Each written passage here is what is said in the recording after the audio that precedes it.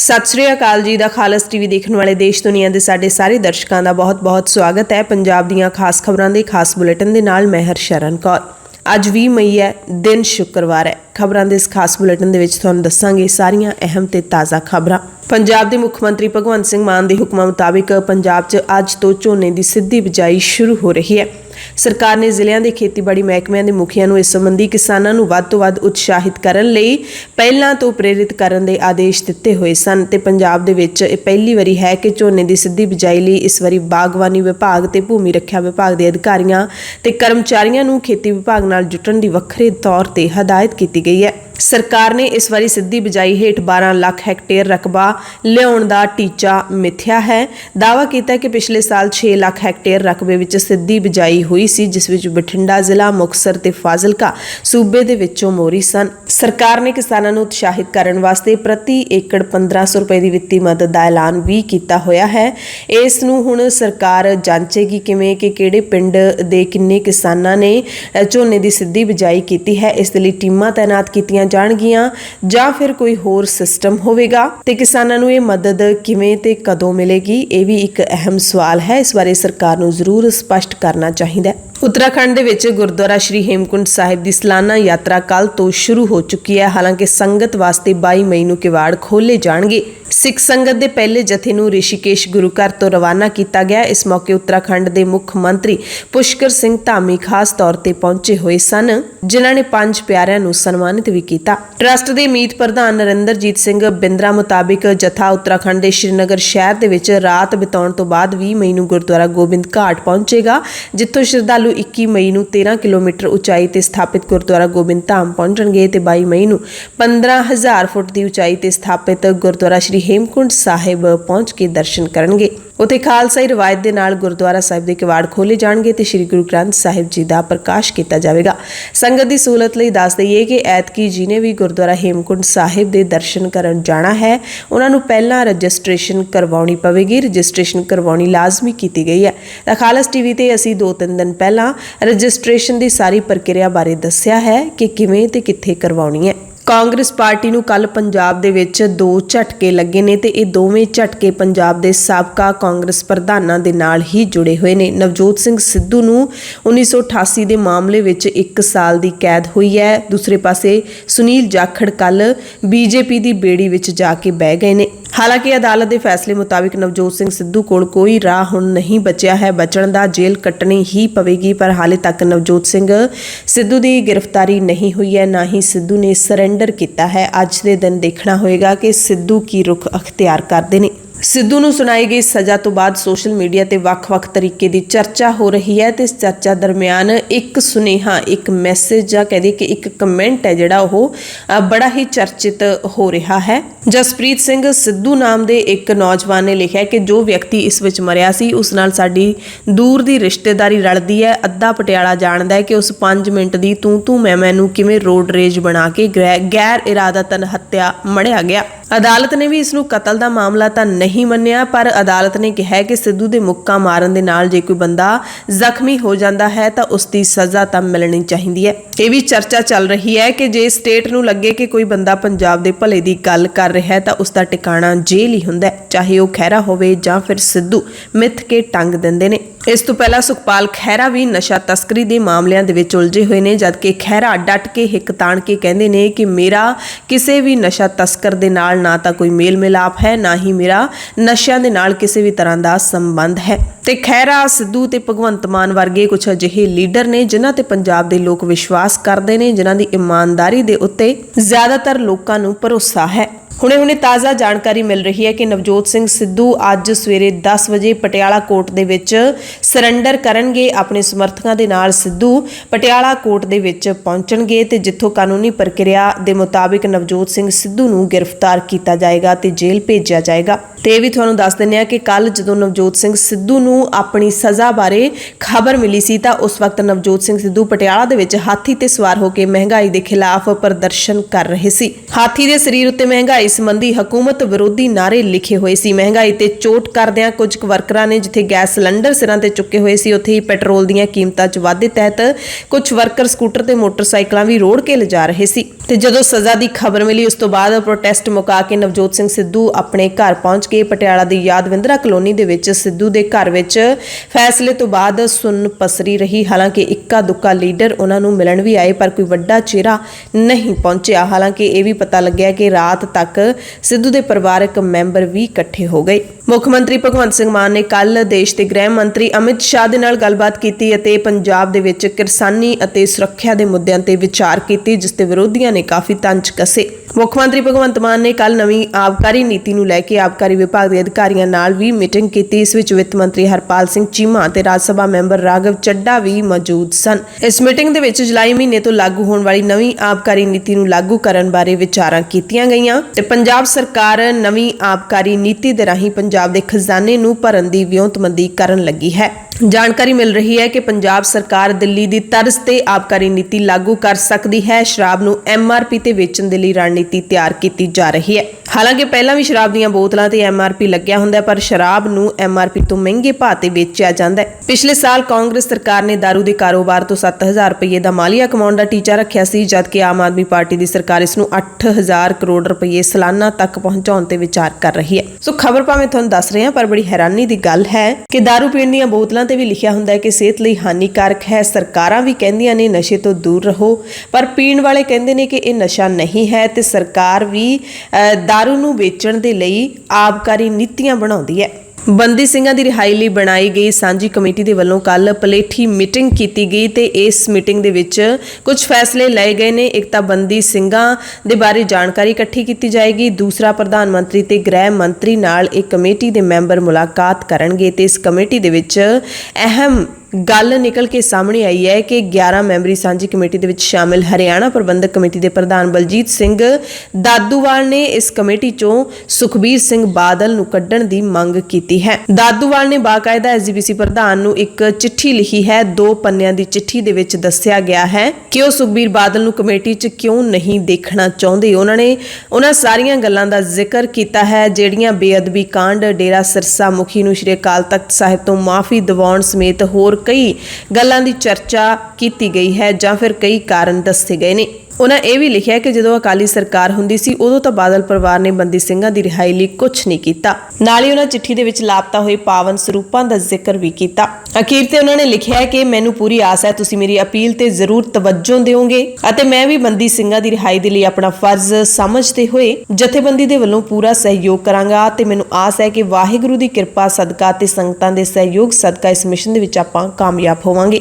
ਕਾਂਗਰਸ ਦੇ ਅੰਮ੍ਰਿਤਸਰ ਤੋਂ ਲੋਕ ਸਭਾ ਮੈਂਬਰ ਗੁਰਜੀਤ ਸਿੰਘ ਔਜਲਾ ਨੇ ਕੱਲ ਕੇਂਦਰੀ ਮੰਤਰੀ ਹਰਦੀਪ ਸਿੰਘ ਪੁਰੀ ਦੇ ਨਾਲ ਦਿੱਲੀ ਦੇ ਵਿੱਚ ਮੁਲਾਕਾਤ ਕੀਤੀ ਤੇ ਅੰਮ੍ਰਿਤਸਰ ਸ਼ਹਿਰ ਦੀ ਤੁੰਗ ਢਾਬ ਡਰੇਨ ਦਾ ਮੁੱਦਾ ਚੁੱਕਿਆ, ਜਿਸ ਕਾਰਨ ਸ਼ਹਿਰ ਤੇ ਆਲੇ ਦੁਆਲੇ ਦੇ ਪਿੰਡਾਂ ਵਿੱਚ ਪ੍ਰਦੂਸ਼ਣ ਫੈਲ ਰਿਹਾ ਹੈ। ਔਜਲਾ ਨੇ ਕਿਹਾ ਕਿ ਅੰਮ੍ਰਿਤਸਰ ਨੂੰ ਪ੍ਰਦੂਸ਼ਣ ਮੁਕਤ ਕਰਵਾਉਣਾ ਮੇਰਾ ਪਹਿਲਾ ਮਕਸਦ ਤੇ ਫਰਜ਼ ਹੈ। ਪੰਜਾਬ ਦੇ ਸਿੱਖਿਆ ਮੰਤਰੀ ਗੁਰਮੀਤ ਸਿੰਘ ਮੀਥੀਆ ਨੇ ਜਾਣਕਾਰੀ ਦਿੱਤੀ ਹੈ ਕਿ ਸਰਕਾਰੀ ਸਕੂਲਾਂ ਦੇ 15 ਲੱਖ ਤੋਂ ਵੱਧ ਵਿਦਿਆਰਥੀਆਂ ਨੂੰ ਮੁਫਤ ਵਰਦੀਆਂ ਦੇਣ ਦੇ ਲਈ ਵਿਭਾਗ ਦੇ ਵੱਲੋਂ 92 ਕਰੋੜ 95 ਲੱਖ ਰੁਪਏ ਜਾਰੀ ਕਰ ਦਿੱਤੇ ਗਏ ਨੇ। ਉਹਨਾਂ ਦੱਸਿਆ ਕਿ ਪਹਿਲੀ ਤੋਂ 8ਵੀਂ ਕਲਾਸ ਤੱਕ ਦੀਆਂ ਸਾਰੀਆਂ ਲੜਕੀਆਂ ਤੇ ਪਹਿਲੀ ਤੋਂ 8ਵੀਂ ਕਲਾਸ ਤੱਕ ਦੇ ਸਾਰੇ SC ST BPL ਬੱਚਿਆਂ ਨੂੰ ਮੁਫਤ ਵਰਦੀ ਦਿੱਤੀ ਜਾਏਗੀ। ਨਾਲ ਹੀ ਉਹਨਾਂ ਸਕੂਲਾਂ ਨੂੰ ਹਦਾਇਤ ਵੀ ਕਰ ਦਿੱਤੀ ਹੈ ਕਿ ਸਰਕਾਰ ਦੇ ਫੈਸਲੇ ਦੇ ਖਿਲਾਫ ਜੇ ਕੋਈ ਗਿਆ ਤਾਂ ਕਾਰਵਾਈ ਕੀਤੀ ਜਾਏਗੀ, ਯਾਨੀ ਕਿ ਵਰਦੀਆਂ ਖਰੀਦਣ ਦੇ ਮਾਮਲੇ ਵਿੱਚ ਕੋਈ ਅਜਿਹਾ ਮਾਪਦੰਡ ਨਹੀਂ ਅਪਣਾਉਣਾ ਕਿ ਇਸੇ ਦੁਕਾਨ ਤੋਂ ਜਾਂ ਇਸੇ ਦੁਕਾਨਦਾਰ ਤੋਂ ਹੀ ਵਰਦੀਆਂ ਖਰੀਦੀਆਂ ਜਾਣਗੀਆਂ। ਉਧਰ ਡੈਮੋਕ੍ਰੈਟਿਕ ਟੀਚਰਸ ਫਰੰਟ ਦੇ ਵੱਲੋਂ ਸਕੂਲ ਮੁਖੀਆਂ ਦੇ ਖਿਲਾਫ ਕੱਢੇ ਗਏ ਨੋਟਿਸ ਵਾਪਸ ਲੈਣ ਦੀ ਮੰਗ ਕੀਤੀ ਗਈ ਹੈ। ਦਰਅਸਲ 10 ਮਈ ਨੂੰ ਲੁਧਿਆਣਾ ਦੇ ਵਿੱਚ ਮੁੱਖ ਮੰਤਰੀ ਦੇ ਨਾਲ ਜਿਹੜੀ ਸਕੂਲ ਮੁਖੀਆਂ ਦੀ ਮੀਟਿੰਗ ਹੋਈ ਸੀ,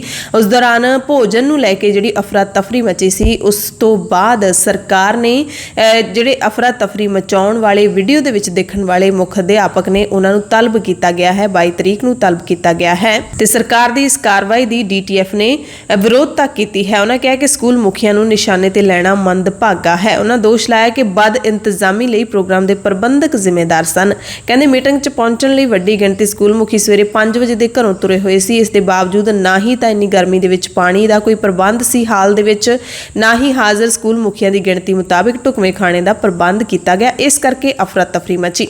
ਉਹਨਾਂ ਇਹ ਵੀ ਦੱਸਿਆ ਕਿ ਇਸ ਤੋਂ ਪਹਿਲਾਂ ਹੀ ਇਸ ਮੀਟਿੰਗ ਲਈ ਇੰਨੀ ਵੱਡੀ ਗਿਣਤੀ ਵਿੱਚ ਸੱਦੇ ਦੇਣ ਨੂੰ ਗੈਰ ਵਾਜਬ ਤੇ ਬੇਲੋੜੀ ਪ੍ਰਕਿਰਿਆ ਦੱਸਿਆ ਸੀ। ਉਹਨਾਂ ਮੰਗ ਕੀਤੀ ਹੈ ਕਿ ਸਕੂਲ ਮੁਖੀਆਂ ਨੂੰ ਇਸ ਤਰ੍ਹਾਂ ਤਲਬ ਨਾ ਕੀਤਾ ਜਾਵੇ, ਨੋਟਿਸ ਵਾਪਸ ਲਿਆ ਜਾਵੇ। ਸਰਕਾਰੀ ਬੱਸਾਂ ਵਿੱਚ ਸਫ਼ਰ ਕਰਨ ਵਾਲੇ ਪੰਜਾਬੀਆਂ ਦੇ ਲਈ ਰਾਹਤ ਭਰੀ ਖਬਰ ਹੈ ਕਿ ਕੱਚੇ ਤੇ ਪੱਕੇ ਮੁਲਾਜ਼ਮਾਂ ਨੇ ਹੜਤਾਲ ਖਤਮ ਕਰ ਦਿੱਤੀ ਹੈ, ਕਿਉਂਕਿ ਕੱਲ ਦੇਰ ਸ਼ਾਮ ਟਰਾਂਸਪੋਰਟ ਵਿਭਾਗ ਦੇ ਸਕੱਤਰ ਵੱਲੋਂ ਗੱਲਬਾਤ ਦਾ ਸੱਦਾ ਆ ਗਿਆ ਸੀ ਤੇ ਅੱਜ ਚੰਡੀਗੜ੍ਹ ਦੇ ਵਿੱਚ ਮੀਟਿੰਗ ਹੋਵੇਗੀ। ਯੂਨੀਅਨ ਦੇ ਲੀਡਰਾਂ ਨੇ ਦੱਸਿਆ ਕਿ ਅੱਜ ਬਾਅਦ ਦੁਪਹਿਰ ਟਰਾਂਸਪੋਰਟ ਵਿਭਾਗ ਦੇ ਸਕੱਤਰ ਦੇ ਨਾਲ ਮੀਟਿੰਗ ਹੋਵੇਗੀ। ਸਪਸ਼ਟ ਕੀਤਾ ਹੈ ਯੂਨੀਅਨ ਨੇ ਕਿ ਜੇ ਰੋਡਵੇਜ਼ ਕਾਮਿਆਂ ਦੀਆਂ ਮੰਗਾਂ ਨਾ ਮੰਨੀਆਂ ਗਈਆਂ ਤਾਂ 24 ਮਈ ਨੂੰ ਪੰਜਾਬ ਦੇ ਬੱਸ ਅੱਡਿਆਂ ਦਾ ਘਿਰਾਓ ਕੀਤਾ ਜਾਏਗਾ। 8, 9 ਤੇ 10 ਜੂਨ ਨੂੰ 3 ਰੋਜ਼ਾ ਹੜਤਾਲ ਕੀਤੀ ਜਾਏਗੀ। ਯੂਨੀਅਨ ਦੇ ਲੀਡਰਾਂ ਨੇ ਇਹ ਵੀ ਦੱਸਿਆ ਕਿ ਹੜਤਾਲ ਦੇ ਦੂਸਰੇ ਦਿਨ ਮੁਲਾਜ਼ਮਾਂ ਦੀ ਇੱਕ ਮਹੀਨੇ ਦੀ ਤਨਖਾਹ ਤਾਂ ਖਾਤਿਆਂ ਵਿੱਚ ਪਾ ਦਿੱਤੀ ਗਈ ਹੈ, ਬਾਕੀ ਰਹਿੰਦੀਆਂ ਮੰਗਾਂ ਵੀ ਅਸੀਂ ਸਰਕਾਰ ਤੋਂ ਮਨਵਾਵਾਂਗੇ। ਤੇ ਇਸ 2 ਦਿਨਾਂ ਹੜਤਾਲ ਦੇ ਵਿੱਚ ਜਿਹੜੀ ਪਰਸੋਂ ਦੁਪਹਿਰ ਤੋਂ ਸ਼ੁਰੂ ਹੋਈ ਸੀ, ਇਹਦੇ ਵਿੱਚ Punjab roadways, Punbus, PRTC contract workers union ਦੇ ਵੱਲੋਂ 2200 ਬੱਸਾਂ ਬੰਦ ਕੀਤੀਆਂ ਗਈਆਂ, ਜਿਸ ਕਾਰਨ ਸਰਕਾਰੀ ਖਜ਼ਾਨੇ ਨੂੰ ਰੋਜ਼ਾਨਾ ਕਰੋੜਾਂ ਦਾ ਘਾਟਾ ਵੀ ਪਿਆ ਹੈ ਤੇ ਸਵਾਰੀਆਂ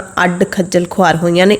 ਸੋ ਅੱਜ ਪੰਜਾਬ ਦੇ ਵਿੱਚ ਸਰਕਾਰੀ ਬੱਸਾਂ ਦੀ ਕੋਈ ਹੜਤਾਲ ਨਹੀਂ ਹੈ। ਸਰਕਾਰੀ ਬੱਸਾਂ ਪਹਿਲਾਂ ਵਾਂਗੂ ਚੱਲਣਗੀਆਂ। ਸੰਘਰਸ਼ ਦੇ ਰਾਹ ਤੁਰੀਆਂ ਆਂਗਣਵਾੜੀ ਵਰਕਰਾਂ ਦੀ ਗੱਲ ਕਰ ਲਈਏ ਤਾਂ ਇਹਨਾਂ ਦੇ ਵੱਲੋਂ 22 ਮਈ ਨੂੰ ਕੈਬਨਿਟ ਮੰਤਰੀ ਡਾਕਟਰ ਬਲਜੀਤ ਕੌਰ ਦੀ ਰਿਹਾਇਸ਼ ਘੇਰੀ ਜਾਵੇਗੀ। ਆਲ ਪੰਜਾਬ ਆਂਗਣਵਾੜੀ ਮੁਲਾਜ਼ਮ ਯੂਨੀਅਨ ਦੀ ਸੂਬਾ ਪ੍ਰਧਾਨ ਹਰਗੋਬਿੰਦ ਕੌਰ ਨੇ ਜਾਣਕਾਰੀ ਦਿੰਦਿਆਂ ਦੱਸਿਆ ਹੈ ਕਿ ਡਾਕਟਰ ਬਲਜੀਤ ਕੌਰ ਦੀ ਫਰੀਦਕੋਟ ਸਥਿਤ ਰਿਹਾਇਸ਼ ਦੇ ਮੂਹਰੇ ਸੂਬਾ ਪੱਧਰੀ ਰੋਸ ਮੁਜ਼ਾਹਰਾ ਕੀਤਾ ਜਾਏਗਾ, ਜਿਸ ਵਿੱਚ ਹਜ਼ਾਰਾਂ ਦੀ ਗਿਣਤੀ ਵਿੱਚ ਆਂਗਣਵਾੜੀ ਵਰਕਰਾਂ ਤੇ ਹੈਲਪਰਾਂ ਪੁੱਜਣਗੀਆਂ ਤੇ ਸਰਕਾਰ ਦਾ ਪਿੱਟ ਸਿਆਪਾ ਕੀਤਾ ਜਾਏਗਾ। ਉਹਨਾਂ ਦੱਸਿਆ ਕਿ ਪੰਜਾਬ ਦੀਆਂ ਲਗਭਗ 55,000 ਆਂਗਣਵਾੜੀ ਵਰਕਰਾਂ ਤੇ ਹੈਲਪਰਾਂ ਨੂੰ 2-2 ਮਹੀਨਿਆਂ ਦੀ ਤਨਖਾਹ ਨਹੀਂ ਮਿਲੀ, ਜਿਸ ਕਰਕੇ ਉਹ ਨਿਰਾਸ਼ ਨੇ, ਕਿਉਂਕਿ ਤਨਖਾਹ ਪਹਿਲਾਂ ਹੀ ਬਹੁਤ ਨਿਗੂਣੀ ਹੈ ਤੇ ਜਦੋਂ ਨਹੀਂ ਮਿਲਦੀ ਉਹਦੇ ਨਾਲ ਹੋਰ ਸਮੱਸਿਆ ਆ ਜਾਂਦੀ ਹੈ। ਉਹਨਾਂ ਇਹ ਵੀ ਗਿਲਾ ਕੀਤਾ ਕਿ ਆਂਗਣਵਾੜੀ ਸੈਂਟਰਾਂ ਦਾ ਸਮਾਂ ਸਰਕਾਰੀ ਪ੍ਰਾਇਮਰੀ ਸਕੂਲਾਂ ਦੇ ਬਰਾਬਰ ਬਦਲਿਆ ਨਹੀਂ ਗਿਆ, ਨਾ ਹੀ ਛੁੱਟੀਆਂ ਸਕੂਲਾਂ ਦੇ ਬਰਾਬਰ ਕੀਤੀਆਂ ਜਾ ਰਹੀਆਂ ਨੇ। ਉਹਨਾਂ ਨੂੰ ਭਰੋਸਾ ਹੈ ਕਿ ਡਾਕਟਰ ਬਲਜੀਤ ਕੌਰ ਨੂੰ ਕਈ ਵਾਰੀ ਉਹ ਚਿੱਠੀਆਂ ਲਿਖ ਚੁੱਕੇ ਨੇ, ਪਰ ਬਲਜੀਤ ਕੌਰ ਨੇ ਇਸ ਤੇ ਕੋਈ ਵੀ ਜਿਹੜਾ ਧਿਆਨ ਨਹੀਂ ਦਿੱਤਾ, ਇਸ ਕਰਕੇ ਉਹ ਕੋਠੀ ਘੇਰਨਗੀਆਂ। ਪਰਸੋਂ ਆਮ ਆਦਮੀ ਪਾਰਟੀ ਦੀ ਸਰਕਾਰ ਨੇ ਰਵਾਇਤੀ ਪਾਰਟੀਆਂ ਦੇ ਰਾਹ ਤੇ ਚੱਲਦਿਆਂ ਹੋਇਆਂ ਪੰਜਾਬ ਦੇ ਵਿੱਚ 1700 ਤੋਂ ਵੱਧ ਪਟਵਾਰੀਆਂ ਦੀਆਂ ਅਸਾਮੀਆਂ ਠੇਕੇ ਤੇ ਭਰਨ ਦਾ ਐਲਾਨ ਕੀਤਾ ਹੈ ਤੇ ਉਹ ਵੀ ਰਿਟਾਇਰਡ ਪਟਵਾਰੀਆਂ ਦੀਆਂ, ਜਿਸ ਤੋਂ ਬਾਅਦ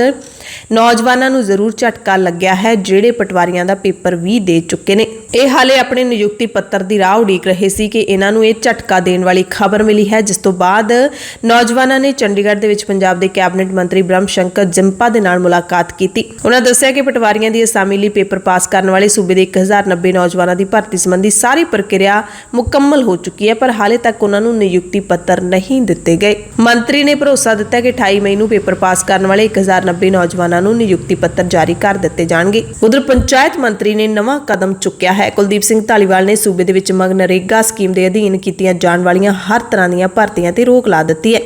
ਉਹਨਾਂ ਇਸ ਸੰਬੰਧੀ ਸਰਕਾਰ ਬਣਨ ਤੋਂ ਪਹਿਲਾਂ ਜਾਂ ਬਾਅਦ ਵਿੱਚ ਨੌਕਰੀਆਂ ਲਈ ਦਿੱਤੇ ਇਸ਼ਤਿਹਾਰਾਂ ਤੇ ਵੀ ਰੋਕ ਲਾਈ ਹੈ। ਪੰਚਾਇਤ ਮੰਤਰੀ ਨੇ ਇਹ ਵੀ ਯਕੀਨੀ ਬਣਾਉਣ ਲਈ ਕਿਹਾ ਹੈ ਕਿ ਭਵਿੱਖ ਵਿੱਚ ਮਗਨਰੇਗਾ ਸਕੀਮ ਅਧੀਨ ਕਿਸੇ ਵੀ ਤਰ੍ਹਾਂ ਦੀ ਭਰਤੀ ਸੰਬੰਧੀ ਇਸ਼ਤਿਹਾਰ ਦੇਣ ਤੋਂ ਪਹਿਲਾਂ ਪੰਚਾਇਤ ਮੰਤਰੀ ਦੀ ਮਨਜ਼ੂਰੀ ਲੈਣਾ ਲਾਜ਼ਮੀ ਬਣਾਇਆ ਜਾਵੇ। ਇਸ ਬਾਰੇ ਸਾਰੇ ਸੂਬੇ ਦੇ ਡਿਪਟੀ ਕਮਿਸ਼ਨਰਾਂ ਕਮ ਜ਼ਿਲ੍ਹਾ ਪ੍ਰੋਗਰਾਮ ਕੋਆਰਡੀਨੇਟਰਾਂ ਨੂੰ ਲਿਖਤੀ ਚਿੱਠੀਆਂ ਕੱਢ ਦਿੱਤੀਆਂ ਗਈਆਂ ਨੇ। ਕਿਸਾਨਾਂ ਨੇ ਪਿਛਲੇ ਦਿਨੀ ਮੋਹਾਲੀ ਚੰਡੀਗੜ੍ਹ ਬਾਰਡਰ ਤੇ ਜਿਹੜਾ ਧਰਨਾ ਲਾਇਆ ਸੀ, ਉਹਨਾਂ ਦੀਆਂ ਮੰਗਾਂ ਤਾਂ ਮੰਨ ਲਈਆਂ ਗਈਆਂ ਨੇ, ਪਰ ਨਾਲ ਹੀ ਭਾਰਤਮਾਲਾ ਪ੍ਰੋਜੈਕਟ ਨੂੰ ਲੈ ਕੇ ਪੀੜਤ ਕਿਸਾਨਾਂ ਨੇ ਧਰਨਾ ਸ਼ੁਰੂ ਕੀਤਾ ਸੀ।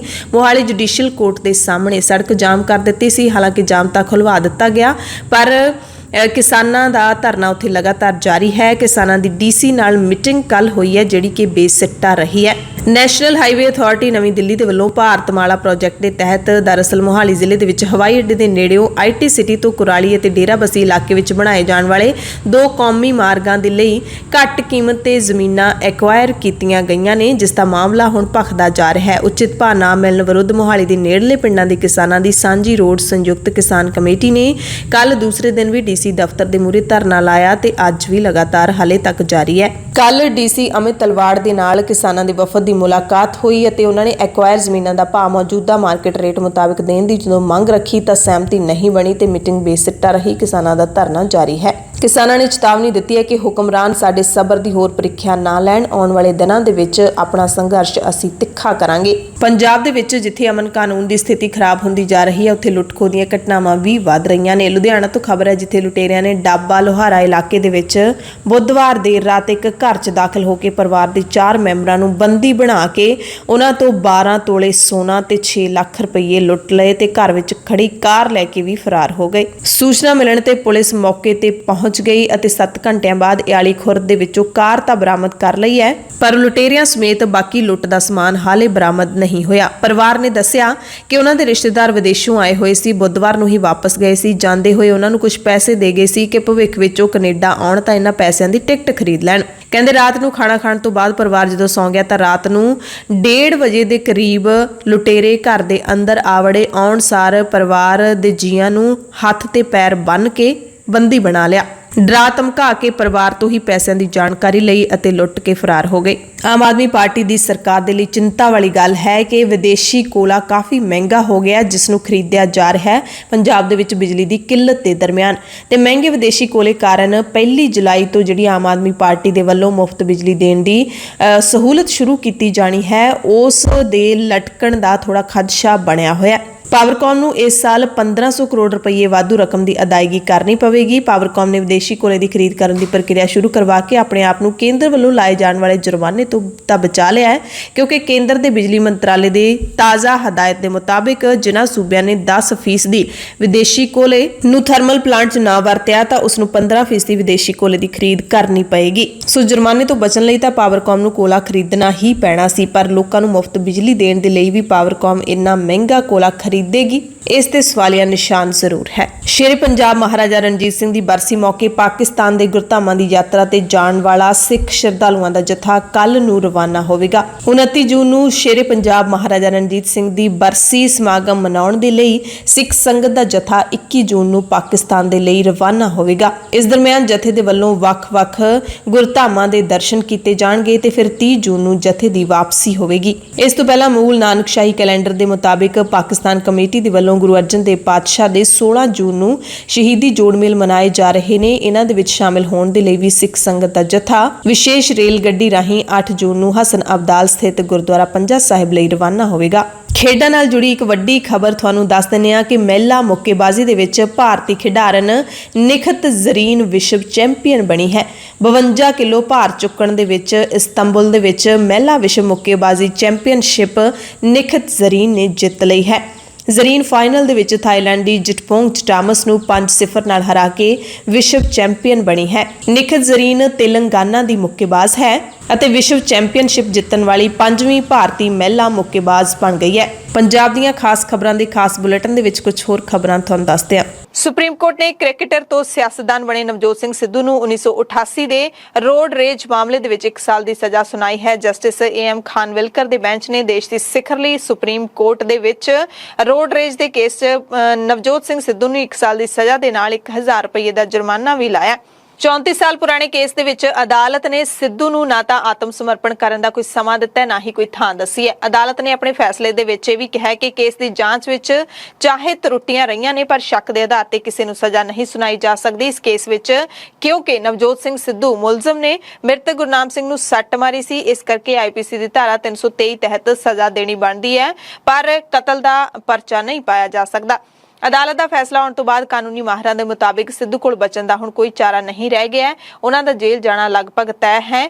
ਜਾਣਕਾਰੀ ਮੁਤਾਬਿਕ ਕੇਂਦਰੀ ਜੇਲ੍ਹ ਪਟਿਆਲਾ ਦੇ ਵਿੱਚ ਹੀ ਸਿੱਧੂ ਨੂੰ ਰਹਿਣਾ ਪਵੇਗਾ ਤੇ ਇਹ ਸਵਾਲ ਜ਼ਰੂਰ ਉੱਠਦਾ ਹੈ ਕਿ ਕੀ ਹੁਣ ਬਿਕਰਮ ਸਿੰਘ ਮਜੀਠੀਆ ਤੇ ਨਵਜੋਤ ਸਿੰਘ ਸਿੱਧੂ ਇੱਕੋ ਜੇਲ੍ਹ ਦੇ ਵਿੱਚ ਰਹਿਣਗੇ, ਕਿਉਂਕਿ ਬਿਕਰਮ ਸਿੰਘ ਮਜੀਠੀਆ ਜਿਹੜੇ ਨਵਜੋਤ ਸਿੰਘ ਸਿੱਧੂ ਦੇ ਪੱਕੇ ਸਿਆਸੀ ਵਿਰੋਧੀ ਨੇ, ਸਭ ਤੋਂ ਵੱਡੇ ਸਿਆਸੀ ਵਿਰੋਧੀ ਨੇ, ਉਹ ਪਿਛਲੇ ਕੁਝ ਮਹੀਨਿਆਂ ਤੋਂ ਪਹਿਲਾਂ ਹੀ ਪਟਿਆਲਾ ਜੇਲ੍ਹ ਦੇ ਵਿੱਚ ਬੰਦ ਨੇ ਤੇ ਜੇ ਦੋਵੇਂ ਇਕੱਠੇ ਹੋ ਜਾਂਦੇ ਨੇ ਜੇਲ੍ਹ ਦੇ ਵਿੱਚ ਤਾਂ ਕਿਹੋ ਜਿਹਾ ਮਾਹੌਲ ਤੇ ਸਮਾਂ ਹੋਏਗਾ, ਇਹ ਵੀ ਦੇਖਣਾ ਤੇ ਸੁਣਨਾ ਕਾਫੀ ਦਿਲਚਸਪ ਰਹੇਗਾ। ਜੇ ਸਿੱਧੂ ਅਦਾਲਤ ਦੇ ਮੂਹਰੇ ਆਤਮ ਸਮਰਪਣ ਨਹੀਂ ਕਰਦੇ ਤਾਂ ਸੁਪਰੀਮ ਕੋਰਟ ਬਰਾਸਤਾ ਪੰਜਾਬ ਤੇ ਹਰਿਆਣਾ ਹਾਈ ਕੋਰਟ ਸਿੱਧੂ ਦੇ ਗ੍ਰਿਫਤਾਰੀ ਵਾਰੰਟ ਜ਼ਿਲ੍ਹੇ ਦੇ SSP ਨੂੰ ਭੇਜੇਗੀ। ਉਸ ਤੋਂ ਬਾਅਦ ਉਹਨਾਂ ਨੂੰ ਚੀਫ ਜੁਡੀਸ਼ੀਅਲ ਦੇ ਮੂਹਰੇ ਪੇਸ਼ ਹੋਣਾ ਹੀ ਪਵੇਗਾ। ਅਦਾਲਤ ਨੇ ਫੈਸਲਾ ਸੁਣਾਉਣ ਦੇ ਵਕਤ ਮੁਲਜ਼ਮ ਸਿੱਧੂ ਬਾਰੇ ਕਿਹਾ ਕਿ ਉਹ ਕੌਮੀ ਪ੍ਰਸਿੱਧ ਕ੍ਰਿਕਟ ਖਿਡਾਰੀ ਸਨ ਜਿਸ ਵਕਤ ਇਹ ਹਾਦਸਾ ਵਾਪਰਿਆ ਹੈ ਤੇ ਸਿੱਧੂ ਨੇ ਮਿੱਥ ਕੇ 65 ਸਾਲਾ ਬਜ਼ੁਰਗ ਤੇ ਹਮਲਾ ਨਹੀਂ ਕੀਤਾ। ਸਿੱਧੂ ਨੂੰ ਇਹ ਵੀ ਗਿਆਨ ਹੋਵੇਗਾ ਕਿ ਆਪਣੀ ਉਮਰ ਦੇ ਦੁੱਗਣੀ ਉਮਰ ਦੇ ਬਜ਼ੁਰਗ ਨੂੰ ਸੱਟ ਮਾਰਨ ਦੇ ਕੀ ਨਤੀਜੇ ਹੋ ਸਕਦੇ ਨੇ। ਅਦਾਲਤ ਨੇ ਇਹ ਵੀ ਮੰਨਿਆ ਕਿ ਝਗੜੇ ਵੇਲੇ ਸਿੱਧੂ ਨੂੰ ਗੁੱਸਾ ਜ਼ਰੂਰ ਆਇਆ ਹੋਊਗਾ, ਜਿਸ ਦੇ ਵਿਜ਼ਾਨੇ ਵਿੱਚ ਸਿੱਧੂ ਨੂੰ ਸਜ਼ਾ ਸੁਣਾਈ ਗਈ ਹੈ। ਅਦਾਲਤ ਨੇ ਸਿੱਧੂ ਨੂੰ IPC ਦੀ ਧਾਰਾ 323 ਤਹਿਤ ਦੋਸ਼ੀ ਠਹਿਰਾਇਆ ਹੈ। 1988 ਦੇ ਵਿੱਚ ਪਟਿਆਲਾ ਵਿੱਚ ਪਾਰਕਿੰਗ ਨੂੰ ਲੈ ਕੇ ਨਵਜੋਤ ਸਿੰਘ ਸਿੱਧੂ ਅਤੇ ਉਸਦੇ ਦੋਸਤ ਰੁਪਿੰਦਰ ਸਿੰਘ ਸੰਧੂ ਦੀ ਗੁਰਨਾਮ ਸਿੰਘ ਨਾਮ ਦੇ 65 ਸਾਲਾ ਬੰਦੇ ਦੇ ਨਾਲ ਲੜਾਈ ਹੋ ਗਈ ਸੀ, ਜਿਸ ਦੀ ਬਾਅਦ ਵਿੱਚ ਹਸਪਤਾਲ ਜਾ ਕੇ ਮੌਤ ਹੋ ਗਈ ਸੀ। ਸਿੱਧੂ ਨੇ ਮੁੱਕਾ ਮਾਰਿਆ ਸੀ ਤੇ ਹਸਪਤਾਲ ਦੇ ਵਿੱਚ ਦਾਖਲ ਹੋਏ, ਕੁਝ ਸਮਾਂ ਇਲਾਜ ਚੱਲਦਾ ਰਿਹਾ ਪਰ ਬਾਅਦ ਵਿੱਚ ਮੌਤ ਹੋ ਗਈ ਸੀ। ਪੁਲਿਸ ਨੇ ਨਵਜੋਤ ਸਿੱਧੂ ਤੇ ਉਸਦੇ ਦੋਸਤ ਖਿਲਾਫ ਇਰਾਦਾ ਕਤਲ ਦਾ ਮਾਮਲਾ ਦਰਜ ਕੀਤਾ ਸੀ। ਟ੍ਰਾਇਲ ਕੋਰਟ ਨੇ ਬਰੀ ਕਰ ਦਿੱਤਾ ਸੀ। ਫਿਰ ਮਾਮਲਾ ਹਾਈ ਕੋਰਟ ਪਹੁੰਚਿਆ। ਉੱਚ ਅਦਾਲਤ ਨੇ ਸਿੱਧੂ ਤੇ ਉਸਦੇ ਦੋਸਤ ਨੂੰ 3 ਸਾਲ ਦੀ ਸਜ਼ਾ ਤੇ 1 ਲੱਖ ਰੁਪਏ ਦਾ ਜੁਰਮਾਨਾ ਲਾਇਆ ਸੀ, ਜਿਸ ਤੋਂ ਬਾਅਦ ਸਿੱਧੂ ਨੇ ਇਸ ਫੈਸਲੇ ਨੂੰ ਸੁਪਰੀਮ ਕੋਰਟ ਵਿੱਚ ਚੈਲੰਜ ਕੀਤਾ ਸੀ ਤਾਂ ਸੁਪਰੀਮ ਕੋਰਟ ਨੇ ਸਿੱਧੂ ਨੂੰ ਰਾਹਤ ਦਿੰਦੇ ਹੋਏ 1000 ਦਾ ਜੁਰਮਾਨਾ ਲਾਇਆ ਸੀ। ਇਸ ਤੋਂ ਬਾਅਦ 2018 ਦੇ ਵਿੱਚ ਬਜ਼ੁਰਗ ਦੇ ਪੁੱਤਰ ਨੇ ਫਿਰ ਸਿੱਧੂ ਨੂੰ ਬਰੀ ਕਰਨ ਦੇ ਫੈਸਲੇ ਖਿਲਾਫ ਰਿਵਿਊ ਪਟੀਸ਼ਨ ਪਾਈ ਸੀ। ਇਸ ਦੇ ਨਾਲ ਹੀ ਨਵਜੋਤ ਸਿੱਧੂ ਨੇ ਅਦਾਲਤ ਵਿੱਚ ਇੱਕ ਹਲਫਨਾਮਾ ਦਾਖਲ ਕਰਕੇ ਰਿਵਿਊ ਪਟੀਸ਼ਨ ਖਾਰਜ ਕਰਨ ਦੀ ਮੰਗ ਕੀਤੀ ਸੀ, ਪਰ ਅਦਾਲਤ ਨੇ ਹੁਣ ਆਪਣਾ ਫੈਸਲਾ ਸੁਣਾਉਂਦੇ ਹੋਏ ਸਿੱਧੂ ਨੂੰ 1 ਸਾਲ ਜੇਲ੍ਹ ਦੀ ਸਜ਼ਾ ਦਿੱਤੀ ਹੈ ਤੇ ਨਵਜੋਤ ਸਿੰਘ ਸਿੱਧੂ ਨੇ ਇਸ ਫੈਸਲੇ ਦਾ ਸਵਾਗਤ ਕੀਤਾ ਹੈ। ਤੇ ਜਿਸ ਵਕਤ ਸਿੱਧੂ ਖਿਲਾਫ ਕੇਸ ਦਰਜ ਹੋਇਆ ਉਸ ਵਕਤ ਸਿੱਧੂ ਆਪਣੇ ਕ੍ਰਿਕਟ ਕੈਰੀਅਰ ਦੇ ਵਿੱਚ ਕਾਫੀ ਐਕਟਿਵ ਸਨ, ਬੁਲੰਦੀਆਂ ਤੇ ਸਨ। ਇਸ ਸੰਬੰਧ ਵਿੱਚ ਸਿੱਧੂ ਦੇ ਵਕੀਲ ਦਾ ਕਹਿਣਾ ਹੈ ਕਿ ਕਦੇ-ਕਦੇ ਹੁੰਦਾ ਹੈ ਕਿ ਸੁਪਰੀਮ ਕੋਰਟ ਆਪਣੇ ਹੀ ਕੀਤੇ ਫੈਸਲੇ ਨੂੰ ਪਲਟਾ ਦੇਵੇ। ਪਹਿਲਾਂ ਜਿਹੜੇ ਫੈਸਲੇ ਵਿੱਚ ਇੱਕ ਮੁਲਜ਼ਮ ਨੂੰ ਬਰੀ ਕੀਤਾ ਹੈ ਉਸ ਫੈਸਲੇ ਦੇ ਵਿੱਚ ਬਾਅਦ ਵਿੱਚ ਉਸ ਨੂੰ ਸਜ਼ਾ ਸੁਣਾ ਦੇਵੇ। ਤੇ ਜਿਹੜੇ ਸਰਕਾਰੀ ਵਕੀਲ ਨੇ ਉਹਨਾਂ ਦਾ ਕਹਿਣਾ ਸੀ ਕਿ ਸਿੱਧੂ ਨੂੰ ਜੇਲ੍ਹ ਜਾਣਾ ਹੀ ਪਊਗਾ ਕਿਉਂਕਿ ਸਿੱਧੂ ਕੋਲ ਕੋਈ ਚਾਰਾ ਨਹੀਂ ਬਚਿਆ। ਸਿੱਧੂ ਨੂੰ ਹੋਈ ਸਜ਼ਾ ਤੇ ਪੀੜਤ ਪਰਿਵਾਰ ਨੇ ਰੱਬ ਦਾ ਸ਼ੁਕਰਾਨਾ ਕਰਦੇ ਹੋਏ ਕਿਹਾ ਕਿ ਸਾਨੂੰ ਅੱਜ ਇਨਸਾਫ ਮਿਲ ਗਿਆ, ਅਸੀਂ ਅਦਾਲਤ ਦੇ ਫੈਸਲੇ ਤੋਂ ਸੰਤੁਸ਼ਟ ਹਾਂ। ਜਦੋਂ ਪਹਿਲਾਂ ਸੁਪਰੀਮ ਕੋਰਟ ਨੇ ਬਰੀ ਕੀਤਾ ਸੀ ਸਿੱਧੂ ਨੂੰ ਤਾਂ ਅਸੀਂ ਨਿਰਾਸ਼ ਜ਼ਰੂਰ ਹੋਏ ਸੀ। ਪਰਿਵਾਰ ਨੇ ਕਿਹਾ ਕਿ ਰੱਬ ਦੇ ਘਰ ਦੇਰ ਹੈ ਹਨੇਰ ਨਹੀਂ, ਅਸੀਂ ਇਨਸਾਫ ਲਈ ਕਹਿੰਦੇ ਬਹੁਤ ਲੰਬੀ ਲੜਾਈ ਲੜੀ ਹੈ। ਭੁਲਾਥ ਤੋਂ ਕਾਂਗਰਸ ਵਿਧਾਇਕ ਸੁਖਪਾਲ ਸਿੰਘ ਖਹਿਰਾ ਨੂੰ ਸਿੱਧੂ ਨੂੰ ਹੋਈ ਸਜ਼ਾ ਤੇ ਕਾਫੀ ਦੁੱਖ ਹੈ। ਖਹਿਰਾ ਨੇ ਕਿਹਾ ਕਿ ਮੈਨੂੰ ਬਹੁਤ ਡੂੰਘਾ ਦੁੱਖ ਲੱਗਿਆ ਹੈ। ਹਾਲਾਂਕਿ ਕਹਿੰਦੇ ਨਵਜੋਤ ਸਿੰਘ ਸਿੱਧੂ ਨੇ ਇਸ ਫੈਸਲੇ ਦਾ ਸਵਾਗਤ ਕੀਤਾ ਹੈ, ਪਰ ਮੈਂ ਇਸ ਗੱਲ ਕਰਕੇ ਦੁਖੀ ਹਾਂ ਕਿ ਸਾਡੇ ਮੁਲਕ ਦੇ ਵਿੱਚ ਬਹੁਤ ਹੀ ਭ੍ਰਿਸ਼ਟ ਸਿਆਸਤਦਾਨ, ਬਹੁਤ ਹੀ ਤਾਨਾਸ਼ਾਹ ਜਿਹੜੇ ਨੌਕਰਸ਼ਾਹ ਨੇ, ਤਾਕਤਵਰ ਨੌਕਰਸ਼ਾਹ ਨੇ ਅਤੇ ਕਾਨੂੰਨ ਤੋੜਨ ਵਾਲੇ ਬਹੁਤ ਸਾਰੇ ਅਜਿਹੇ ਲੋਕ ਨੇ ਜਿਹੜੇ ਸ਼ਰੇਆਮ ਘੁੰਮ ਰਹੇ ਨੇ, ਜਿਨ੍ਹਾਂ ਨੂੰ ਕਦੇ ਸਜ਼ਾਵਾਂ ਨਹੀਂ ਮਿਲਦੀਆਂ। ਪਰ ਨਵਜੋਤ ਸਿੰਘ ਸਿੱਧੂ ਨੂੰ ਇਹ ਸਖਤ ਸਜ਼ਾ ਦਿੱਤੀ ਗਈ ਹੈ ਤੇ ਕਈ ਲੀਡਰ ਇਸ ਤੇ ਖੁਸ਼ੀ ਵੀ ਮਨਾ ਰਹੇ ਨੇ। ਖੁਸ਼ੀ ਨਾ ਕਹੀਏ ਤਾਂ ਇੱਕ ਸੰਤੁਸ਼ਟੀ ਜ਼ਾਹਿਰ ਕਰ ਰਹੇ ਨੇ, ਕੋਰਟ ਦੇ ਫੈਸਲੇ ਦਾ ਸਵਾਗਤ ਕਰ ਰਹੇ ਨੇ। ਇਸੇ ਕਰਕੇ ਸ਼ਾਇਦ ਇਹ ਕਹਾਵਤਾਂ ਬਣੀਆਂ ਨੇ ਕਿ ਆਪਣੇ ਘਰ ਲੱਗੇ ਤੱਗ ਦੂਜੇ ਘਰ ਲੱਗੇ ਬਸੰਤਰ। ਸੁਖਜਿੰਦਰ ਸਿੰਘ ਰੰਧਾਵਾ ਜਿਹੜੇ ਉਸ ਵਕਤ ਸਿੱਧੂ ਦੇ ਪੱਕੇ ਸਾਥੀ ਸਨ ਜਦੋਂ ਕੈਪਟਨ ਅਮਰਿੰਦਰ ਸਿੰਘ ਦੀ ਕੁਰਸੀ ਥੱਲੇ ਸੁੱਟਣੀ ਸੀ ਜਾਂ ਕਹਿ ਲਈਏ ਕਿ ਕੁਰਸੀ ਪਲਟਾਉਣੀ ਸੀ। ਸੁਖਜਿੰਦਰ ਸਿੰਘ ਰੰਧਾਵਾ ਪੰਜਾਬ ਦੇ ਸਾਬਕਾ ਡਿਪਟੀ CM ਰਹੇ ਨੇ। ਉਹਨਾਂ ਨੇ ਸਿੱਧੂ ਤੇ ਵਰਦਿਆਂ ਕਿਹਾ ਕਿ ਬੰਦਾ ਅੱਜ ਤੱਕ ਕਿਸੇ ਦਾ ਵਫਾਦਾਰ ਨਹੀਂ ਬਣਿਆ। ਜਿਵੇਂ ਹਾਥੀ ਦੇ ਦੰਦ ਖਾਣ ਨੂੰ ਹੋਰ ਦਿਖਾਉਣ ਨੂੰ ਹੋਰ ਹੁੰਦੇ ਨੇ, ਇਸੇ ਤਰ੍ਹਾਂ ਇਹ ਬੰਦਾ ਗੱਲਾਂ ਤਾਂ ਬਹੁਤ ਕਰਦਾ ਸੀ ਪਰ ਕਿਰਦਾਰ ਸਹੀ ਨਹੀਂ ਸੀ। ਤੇ ਉਹ ਕਹਿੰਦੇ ਨੇ ਕਿ ਜੋ ਵੀ ਹੋਇਆ ਅਦਾਲਤ ਦਾ ਜੋ ਵੀ ਫੈਸਲਾ ਹੈ ਉਹ ਸਹੀ ਫੈਸਲਾ ਹੈ। ਕਹਿੰਦੇ ਪਾਰਟੀ ਨੂੰ ਸਿੱਧੂ ਦੇ ਗ੍ਰਿਫਤਾਰ ਹੋਣ ਨਾਲ ਕੋਈ ਫਰਕ ਨਹੀਂ ਪੈਣਾ ਕਿਉਂਕਿ ਪੀੜਤ ਪਰਿਵਾਰ ਨੂੰ ਇਨਸਾਫ ਮਿਲਿਆ ਹੈ। ਉਹਨਾਂ ਚੁਟਕੀ ਲੈਂਦੇ ਇਹ ਵੀ ਕਿਹਾ ਕਿ ਵਿਕਰਮ ਸਿੰਘ ਮਜੀਠੀਆ ਵਰਗਿਆਂ ਨੂੰ ਜੇਲ੍ਹ ਹੋ ਸਕਦੀ ਹੈ ਤਾਂ ਸਿੱਧੂ ਨੂੰ ਵੀ ਜਾਣਾ ਪੈਣਾ। ਕਹਿੰਦੇ ਜੇਲ੍ਹਾਂ ਬਹੁਤ ਸੋਹਣੀਆਂ ਬਣ ਗਈਆਂ ਨੇ, ਇਸ ਕਰਕੇ ਸਿੱਧੂ ਨੂੰ ਕੋਈ ਔਖ ਨਹੀਂ ਹੋਏਗੀ, ਚੰਗੀ ਰੋਟੀ ਉੱਥੇ ਮਿਲਦੀ ਹੈ ਤੇ ਪੈਣ ਨੂੰ ਵੀ ਚੰਗਾ ਬਿਸਤਰਾ ਮਿਲ ਜਾਂਦਾ ਹੈ। ਸੁਖੀ ਰੰਧਾਵਾ ਉਹੀ ਲੀਡਰ ਨੇ ਜਿਹੜੇ ਨਵਜੋਤ ਸਿੰਘ ਸਿੱਧੂ ਨੂੰ ਜਦੋਂ ਪਹਿਲਾਂ ਇਸ ਕੇਸ 'ਚੋਂ ਬਰੀ ਕੀਤਾ ਗਿਆ ਸੀ ਤਾਂ ਉਹਨਾਂ ਦੇ ਘਰ ਵਧਾਈਆਂ ਦੇਣ ਵਾਸਤੇ ਪਹੁੰਚੇ ਸੀ। ਅਕਾਲੀ ਦਲ ਦੇ ਪ੍ਰਧਾਨ ਸੁਖਬੀਰ ਬਾਦਲ ਨੇ ਕਿਹਾ ਕਿ ਪੀੜਤ ਪਰਿਵਾਰ ਕਾਫੀ ਲੰਬੇ ਸਮੇਂ ਤੋਂ ਉਡੀਕ ਕਰ ਰਿਹਾ ਸੀ ਤੇ ਅੱਜ ਪਰਿਵਾਰ ਨੂੰ ਇਨਸਾਫ ਮਿਲਿਆ ਹੈ। ਕੈਪਟਨ ਅਮਰਿੰਦਰ ਸਿੰਘ ਦੀ ਪੰਜਾਬ ਲੋਕ ਕਾਂਗਰਸ ਪਾਰਟੀ ਨੇ ਲਿਖਿਆ ਹੈ ਠੋਕੋ ਤਾਲੀ। ਕਾਂਗਰਸ ਦੇ ਸੀਨੀਅਰ ਲੀਡਰ ਰਾਣਾ ਗੁਰਜੀਤ ਸਿੰਘ ਨੇ ਕਿਹਾ ਕਿ ਭਾਣਾ ਮਿੱਠਾ ਕਰਕੇ ਮੰਨਣਾ ਹੀ ਪੈਣਾ ਹੈ। ਜੇ ਸਿੱਧੂ ਦੀ ਜਗ੍ਹਾ ਕਿਸੇ ਹੋਰ ਨੂੰ ਸਜ਼ਾ ਹੋਈ ਹੁੰਦੀ ਤਾਂ ਸਿੱਧੂ ਨੇ ਤਾਲੀ ਜ਼ਰੂਰ ਠੋਕਣੀ ਸੀ। ਪਤਾ ਨਹੀਂ ਕੀ ਬੋਲ ਦੇਣਾ ਸੀ। ਸਿੱਧੂ ਤੇ ਵਰਦਿਆਂ ਰਾਣਾ ਨੇ ਕਿਹਾ ਕਿ ਇਹ ਸਾਡਾ ਇਸ ਤਰ੍ਹਾਂ ਦਾ ਪ੍ਰਧਾਨ ਸੀ ਜਿਸਨੇ ਆਪਣੇ ਹਲਕੇ ਤੋਂ ਇਲਾਵਾ ਹੋਰ ਕਿਸੇ ਵੀ ਪਾਸੇ ਦਾ ਦੌਰਾ ਹੀ ਨਹੀਂ ਕੀਤਾ। ਉਹਨਾਂ ਨੇ ਇਹ ਵੀ ਕਿਹਾ ਕਿ ਸਿੱਧੂ ਨੂੰ ਆਪਣੇ ਕੀਤੇ ਕੰਮਾਂ ਦਾ ਮੰਥਨ ਕਰਨਾ ਚਾਹੀਦਾ ਹੈ ਕਿਉਂਕਿ ਸਭ ਦੀਆਂ ਕੀਤੀਆਂ ਮੂਹਰੇ ਆ ਹੀ ਜਾਂਦੀਆਂ ਨੇ। ਬੀਜੇਪੀ ਲੀਡਰ ਮਨਜਿੰਦਰ ਸਿੰਘ ਸਿਰਸਾ ਨੇ ਸਿੱਧੂ ਨੂੰ ਸਜ਼ਾ ਸੁਣਾਏ ਜਾਣ ਤੇ ਕਿਹਾ ਕਿ ਇੱਕ ਵਾਰੀ ਸਿੱਧੂ ਨੇ ਤਾਂ ਖੁਦ ਮੰਨਿਆ ਸੀ ਕਿ ਉਹਨਾਂ ਨੇ ਇੱਕ ਬੰਦੇ ਦੇ ਮੁੱਕਾ ਮਾਰਿਆ ਸੀ। ਉਹਨਾਂ ਕਿਹਾ ਕਿ ਪੀੜਤ ਪਰਿਵਾਰ ਦੇ ਲਈ ਬਹੁਤ ਵੱਡਾ ਦਿਨ ਹੈ। ਸਜ਼ਾ ਭਾਵੇਂ ਬਹੁਤ ਘੱਟ ਹੈ ਪਰ ਸਜ਼ਾ ਮਿਲਣ ਦੇ ਨਾਲ ਲੋਕਾਂ ਨੂੰ ਇੱਕ ਮੈਸੇਜ ਜ਼ਰੂਰ ਜਾਏਗਾ ਕਿ ਵੱਡੇ ਤੋਂ ਵੱਡੇ ਆਦਮੀ ਨੂੰ ਵੀ ਸਜ਼ਾ ਹੋ ਸਕਦੀ ਹੈ। ਸਿਰਸਾ ਕਹਿੰਦੇ ਕਿ ਜੇ ਸਿੱਧੂ ਨੂੰ ਸਜ਼ਾ ਨਾ ਮਿਲਦੀ ਤਾਂ ਪਰਿਵਾਰ ਤੇ ਦੇਸ਼ ਦੇ ਲੋਕਾਂ ਦਾ ਕਾਨੂੰਨ ਤੋਂ ਵਿਸ਼ਵਾਸ ਉੱਠ ਜਾਣਾ ਸੀ ਕਿਉਂਕਿ ਸਿੱਧੂ ਨੇ ਸ਼ਰੇਆਮ ਇਹ ਗੁਨਾਹ ਕਬੂਲਿਆ ਸੀ। ਸੋ ਉਹ ਕਹਿੰਦੇ ਨੇ ਕਿ ਇਹ ਜ਼ਰੂਰ ਸਿੱਧ ਹੋ ਗਿਆ ਕਿ ਸਿੱਧੂ ਇੱਕ ਕਾਤਲ ਹੈ। ਹਾਲਾਂਕਿ ਅਦਾਲਤ ਨੇ ਸਿੱਧੂ ਨੂੰ ਕਤਲ ਦੀ ਧਾਰਾ ਦੇ ਤਹਿਤ ਸਜ਼ਾ ਨਹੀਂ ਸੁਣਾਈ। ਸੁਣਾਈ, 323 ਦੇ ਤਹਿਤ ਸਜ਼ਾ ਸੁਣਾਈ ਹੈ। ਪੰਜਾਬ ਦੀ ਸਿਆਸਤ ਦੇ ਵਿੱਚ ਇੱਕ ਵੱਡੀ ਅਪਡੇਟ ਆਈ ਜਦੋਂ ਪੰਜਾਬ ਕਾਂਗਰਸ ਦੇ ਸਾਬਕਾ ਪ੍ਰਧਾਨ ਜਿਹੜੇ ਕਿ ਕੁਝ ਦਿਨ ਪਹਿਲਾਂ ਕਾਂਗਰਸ ਨੂੰ ਛੱਡ ਚੁੱਕੇ ਨੇ, ਸੁਨੀਲ ਜਾਖੜ, ਉਹਨਾਂ ਨੇ ਬੀਜੇਪੀ ਦਾ ਕਮਲ ਦਾ ਫੁੱਲ ਆਪਣੇ ਹੱਥ ਵਿੱਚ ਫੜ ਲਿਆ ਹੈ। ਦਿੱਲੀ ਵਿੱਚ ਬੀਜੇਪੀ ਹੈੱਡਕੁਆਰਟਰ ਤੇ ਉਹਨਾਂ ਨੂੰ ਬੀਜੇਪੀ ਦੇ ਵਿੱਚ ਸ਼ਾਮਲ ਕੀਤਾ ਗਿਆ। ਇਸ ਮੌਕੇ ਬੀਜੇਪੀ ਦੇ ਕੌਮੀ ਪ੍ਰਧਾਨ ਜੇਪੀ ਨੱਡਾ ਮੌਜੂਦ ਸਨ, ਮਨਜਿੰਦਰ ਸਿੰਘ ਸਿਰਸਾ ਵੀ ਮੌਜੂਦ ਸਨ। ਬੀਜੇਪੀ 'ਚ ਸ਼ਾਮਲ ਹੋਣ ਤੋਂ ਬਾਅਦ ਸੁਨੀਲ ਜਾਖੜ ਨੇ ਸਾਰੀ ਭਾਜਪਾ ਦੀ ਲੀਡਰਸ਼ਿਪ, ਪ੍ਰਧਾਨ ਮੰਤਰੀ ਨਰਿੰਦਰ ਮੋਦੀ ਤੇ ਗ੍ਰਹਿ ਮੰਤਰੀ ਅਮਿਤ ਸ਼ਾਹ ਦਾ ਧੰਨਵਾਦ ਕੀਤਾ। ਜਾਖੜ ਨੇ ਕਿਹਾ ਕਿ ਪਾਰਟੀ ਛੱਡਣਾ ਕੋਈ ਸੌਖਾ ਕੰਮ ਨਹੀਂ ਹੁੰਦਾ। ਕਾਂਗਰਸ ਨਾਲ ਮੇਰਾ 50 ਸਾਲਾਂ ਦਾ ਸੰਬੰਧ ਰਿਹਾ। ਅਸੀਂ ਟਕਸਾਲੀ ਕਾਂਗਰਸੀ ਰਹੇ ਹਾਂ। ਸਾਡੀਆਂ 3 ਪੀੜ੍ਹੀਆਂ ਨੇ ਕਾਂਗਰਸ ਨੂੰ ਆਪਣਾ ਪਰਿਵਾਰ ਸਮਝ ਕੇ ਹਰ ਚੰਗੇ ਬੁਰੇ ਸਮੇਂ ਵਿੱਚ ਸਾਥ ਦਿੱਤਾ। ਕਹਿੰਦੇ ਕਾਂਗਰਸ ਨੂੰ ਛੱਡਣ ਦਾ ਕਾਰਨ ਇਹ ਰਿਹਾ ਕਿ ਮੈਨੂੰ ਇਸ ਗੱਲ ਲਈ ਕਟਹਿਰੇ 'ਚ ਖੜਾ ਕੀਤਾ ਗਿਆ ਕਿਉਂਕਿ ਮੈਂ ਕਾਂਗਰਸ ਦਾ ਇਸ ਗੱਲ ਦਾ ਵਿਰੋਧ ਕੀਤਾ ਸੀ ਕਿ ਤੁਸੀਂ ਪੰਜਾਬ ਨੂੰ ਜਾਤ ਪਾਤ ਧਰਮ ਦੇ ਨਾਂ ਤੇ ਨਹੀਂ ਤੋੜ ਸਕਦੇ। ਸੁਨੀਲ ਦੀ ਆਵਾਜ਼ ਕਹਿੰਦੇ ਰੋਕੀ ਨਹੀਂ ਜਾ ਸਕਦੀ, ਤੁਸੀਂ ਮੈਨੂੰ ਅਹੁਦੇ ਤੋਂ ਜ਼ਰੂਰ ਹਟਾ ਸਕਦੇ ਹੋ। भावना के लिए पहरा दे के सुनील जाखड़ ने अपनी 50 साल की जिंदगी का वही मूल मंत्र था। परंतु दुख इस बात का है, मैं बड़े भरे मन से कह रहा हूं कि आज जब अपने परिवार से नाता तोड़ के दूसरी जगह जब मैं आया हूं यहां पे, तो उसका कारण यह था कि सुनील की आवाज, सुनील को इस बात के लिए कटघरे में खड़ा किया गया कि उसने इस बात का विरोध किया कि आप पंजाब को जाति पाति धर्म के नाम पे नहीं तोड़ सकते। सुनील को आप पद से हटा सकते हो, किसी से दूर कर सकते हो, सुनील की आवाज गिरवी नहीं रखी जा सकती, आवाज राष्ट्रीयता के लिए उठेगी। ਜਾਖੜ ਨੂੰ ਪਾਰਟੀ ਵਿੱਚ ਸ਼ਾਮਲ ਕਰਨ ਤੋਂ ਬਾਅਦ ਜੇਪੀ ਨੱਡਾ ਨੇ ਕਿਹਾ ਕਿ ਮੈਂ ਸੁਨੀਲ ਜਾਖੜ ਦਾ ਬੀਜੇਪੀ 'ਚ ਸਵਾਗਤ ਕਰਦਾ ਹਾਂ, ਨਾਲ ਹੀ ਉਹਨਾਂ ਦੀ ਜੰਮ ਕੇ ਤਾਰੀਫ ਵੀ ਕੀਤੀ। ਸੋ ਸਿਆਸਤ ਬੜੀ ਅਜੀਬ ਹੁੰਦੀ ਹੈ, ਖਾਸ ਕਰਕੇ ਭਾਰਤ ਦੀ ਸਿਆਸਤ।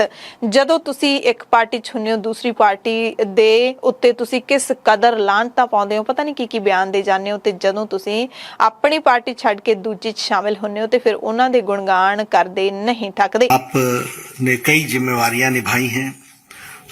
प्रदेश के कांग्रेस के एक समय अध्यक्ष भी रहे, एलओपी भी रहे, लोकसभा में भी रहे, विधानसभा में लंबे अरसे तक रहे और एक अपनी खास छवि पार्टी से अलग हट करके आपने स्थापित की और किसानों के नेता, युवाओं के दिलों में जगह, एक ईमानदार छवि के साथ आपने कई ਜ਼ਿੰਮੇਵਾਰੀਆਂ ਪਰ ਕੰਮ ਕੀਤਾ ਹੈ। ਜਾਖੜ ਦੇ ਬੀਜੇਪੀ 'ਚ ਸ਼ਾਮਿਲ ਹੋਣ ਤੇ ਪੰਜਾਬ ਲੋਕ ਕਾਂਗਰਸ ਦੇ ਪ੍ਰਧਾਨ ਅਤੇ ਪੰਜਾਬ ਦੇ ਸਾਬਕਾ ਮੁੱਖ ਮੰਤਰੀ ਕੈਪਟਨ ਅਮਰਿੰਦਰ ਸਿੰਘ ਨੇ ਜਾਖੜ ਨੂੰ ਵਧਾਈ ਦਿੱਤੀ ਹੈ ਅਤੇ ਜਾਖੜ ਦੇ ਇਸ ਫੈਸਲੇ ਨੂੰ ਸਹੀ ਕਦਮ ਦੱਸਿਆ ਹੈ। ਕਹਿੰਦੇ ਸਹੀ ਆਦਮੀ ਸਹੀ ਪਾਰਟੀ ਵਿੱਚ ਆ ਗਿਆ।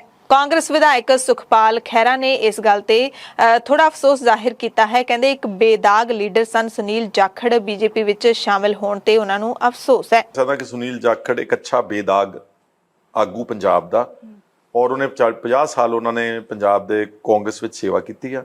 ਉਹਨਾਂ ਦਾ ਜਾਣਾ ਸਾਨੂੰ ਡੈਫੀਨਿਟਲੀ ਘਾਟਾ ਮਹਿਸੂਸ ਹੋਇਆ। ਅਕਾਲੀ ਦਲ ਦੇ ਪ੍ਰਧਾਨ ਸੁਖਬੀਰ ਬਾਦਲ ਨੇ ਤੰਜ ਕੱਸਿਆ ਹੈ, ਚੁਟਕੀ ਲਈ ਹੈ। ਕਹਿੰਦੇ ਸੁਨੀਲ ਜਾਖੜ ਪਹਿਲਾਂ ਤਾਂ ਬੀਜੇਪੀ ਨੂੰ ਇੰਨਾ ਮਾੜਾ ਬੋਲਦੇ ਸੀ ਤੇ ਹੁਣ ਬੀਜੇਪੀ ਦੇ ਵਿੱਚ ਜਾ ਕੇ ਹੀ ਸ਼ਾਮਿਲ ਹੋ ਗਏ ਨੇ। ਹਾਲਾਂਕਿ ਬੀਜੇਪੀ ਦੇ ਨਾਲ ਅਕਾਲੀ ਦਲ ਦਾ ਵੀ ਬੜਾ ਡੂੰਘਾ, ਬੜਾ ਗਹਿਰਾ ਸੰਬੰਧ ਰਿਹਾ ਹੈ। ਜਦੋਂ ਦੋਵੇਂ ਇੱਕ ਦੂਸਰੇ ਦੇ ਨਾਲ ਘਿਓ ਖਿਚੜੀ ਸਨ ਤੇ ਜਦੋਂ ਅਕਾਲੀ ਦਲ ਨੇ ਬੀਜੇਪੀ ਦਾ ਸਾਥ ਛੱਡ ਦਿੱਤਾ ਤੇ ਫਿਰ ਉਹੀ ਬੀਜੇਪੀ ਮਾੜੀ ਹੋ ਗਈ ਸੀ। ਬੀਜੇਪੀ ਲੀਡਰ ਸੁਭਾਸ਼ ਸ਼ਰਮਾ ਨੇ ਕਿਹਾ ਕਿ ਅਸੀਂ ਜਾਖੜ ਦਾ ਬੀਜੇਪੀ ਦੇ ਵਿੱਚ ਨਿੱਘਾ ਸਵਾਗਤ ਕਰਦੇ ਹਾਂ। ਸਿਆਸਤ ਦੇ ਵਿੱਚ ਜਾਖੜ ਦਾ ਰੁਤਬਾ ਬਹੁਤ ਉੱਚਾ ਹੈ ਅਤੇ ਭਾਜਪਾ ਦੇ ਲਈ ਮਾਣ ਵਾਲੀ ਗੱਲ ਹੈ। ਇਸ ਮਸਲੇ ਤੇ ਆਮ ਆਦਮੀ ਪਾਰਟੀ ਵੀ ਪਿੱਛੇ ਨਹੀਂ ਰਹੀ ਹੈ। ਆਪ ਦੇ ਬੁਲਾਰੇ ਮਾਲਵਿੰਦਰ ਸਿੰਘ ਕੰਗ ਨੇ ਕਿਹਾ ਕਿ ਬੀਜੇਪੀ ਤੇ ਕਾਂਗਰਸ ਨੇ ਮੁਲਕ ਨੂੰ ਸਿਰਫ ਜਾਤਾਂ ਪਾਤਾਂ ਧਰਮਾਂ ਵਿੱਚ ਵੰਡ ਕੇ ਵੋਟ ਬੈਂਕਿੰਗ ਦੀ ਰਾਜਨੀਤੀ ਕੀਤੀ ਹੈ। ਜਦੋਂ ਤੋਂ ਕਹਿੰਦੇ ਪੰਜਾਬ 'ਚ ਆਪ ਦੀ ਸਰਕਾਰ ਆਈ ਹੈ ਉਦੋਂ ਤੋਂ ਇਹ ਦੋਵੇਂ ਪਾਰਟੀਆਂ ਡਰੀਆਂ ਹੋਈਆਂ ਨੇ। ਕਾਂਗਰਸ ਤੇ ਬੀਜੇਪੀ ਇੱਕੋ ਟਰੈਕ ਤੇ ਆ ਚੁੱਕੇ ਨੇ। ਸੁਨੀਲ ਜਾਖੜ ਇਸ ਦੀ ਤਾਜ਼ਾ ਉਦਾਹਰਣ ਹੈ। ਕੰਗ ਨੇ ਜਾਖੜ ਨੂੰ ਸਵਾਲ ਵੀ ਕੀਤਾ ਕਿ ਤੁਸੀਂ ਕਾਂਗਰਸ ਨੂੰ ਧਰਮ ਜਾਤ ਪਾਤ ਦੀਆਂ ਵੰਡੀਆਂ ਪਾਉਣ ਕਰਕੇ ਛੱਡਿਆ ਸੀ, ਪਰ ਹੁਣ ਜਿਹੜੀ ਪਾਰਟੀ 'ਚ ਤੁਸੀਂ ਗਏ ਹੋ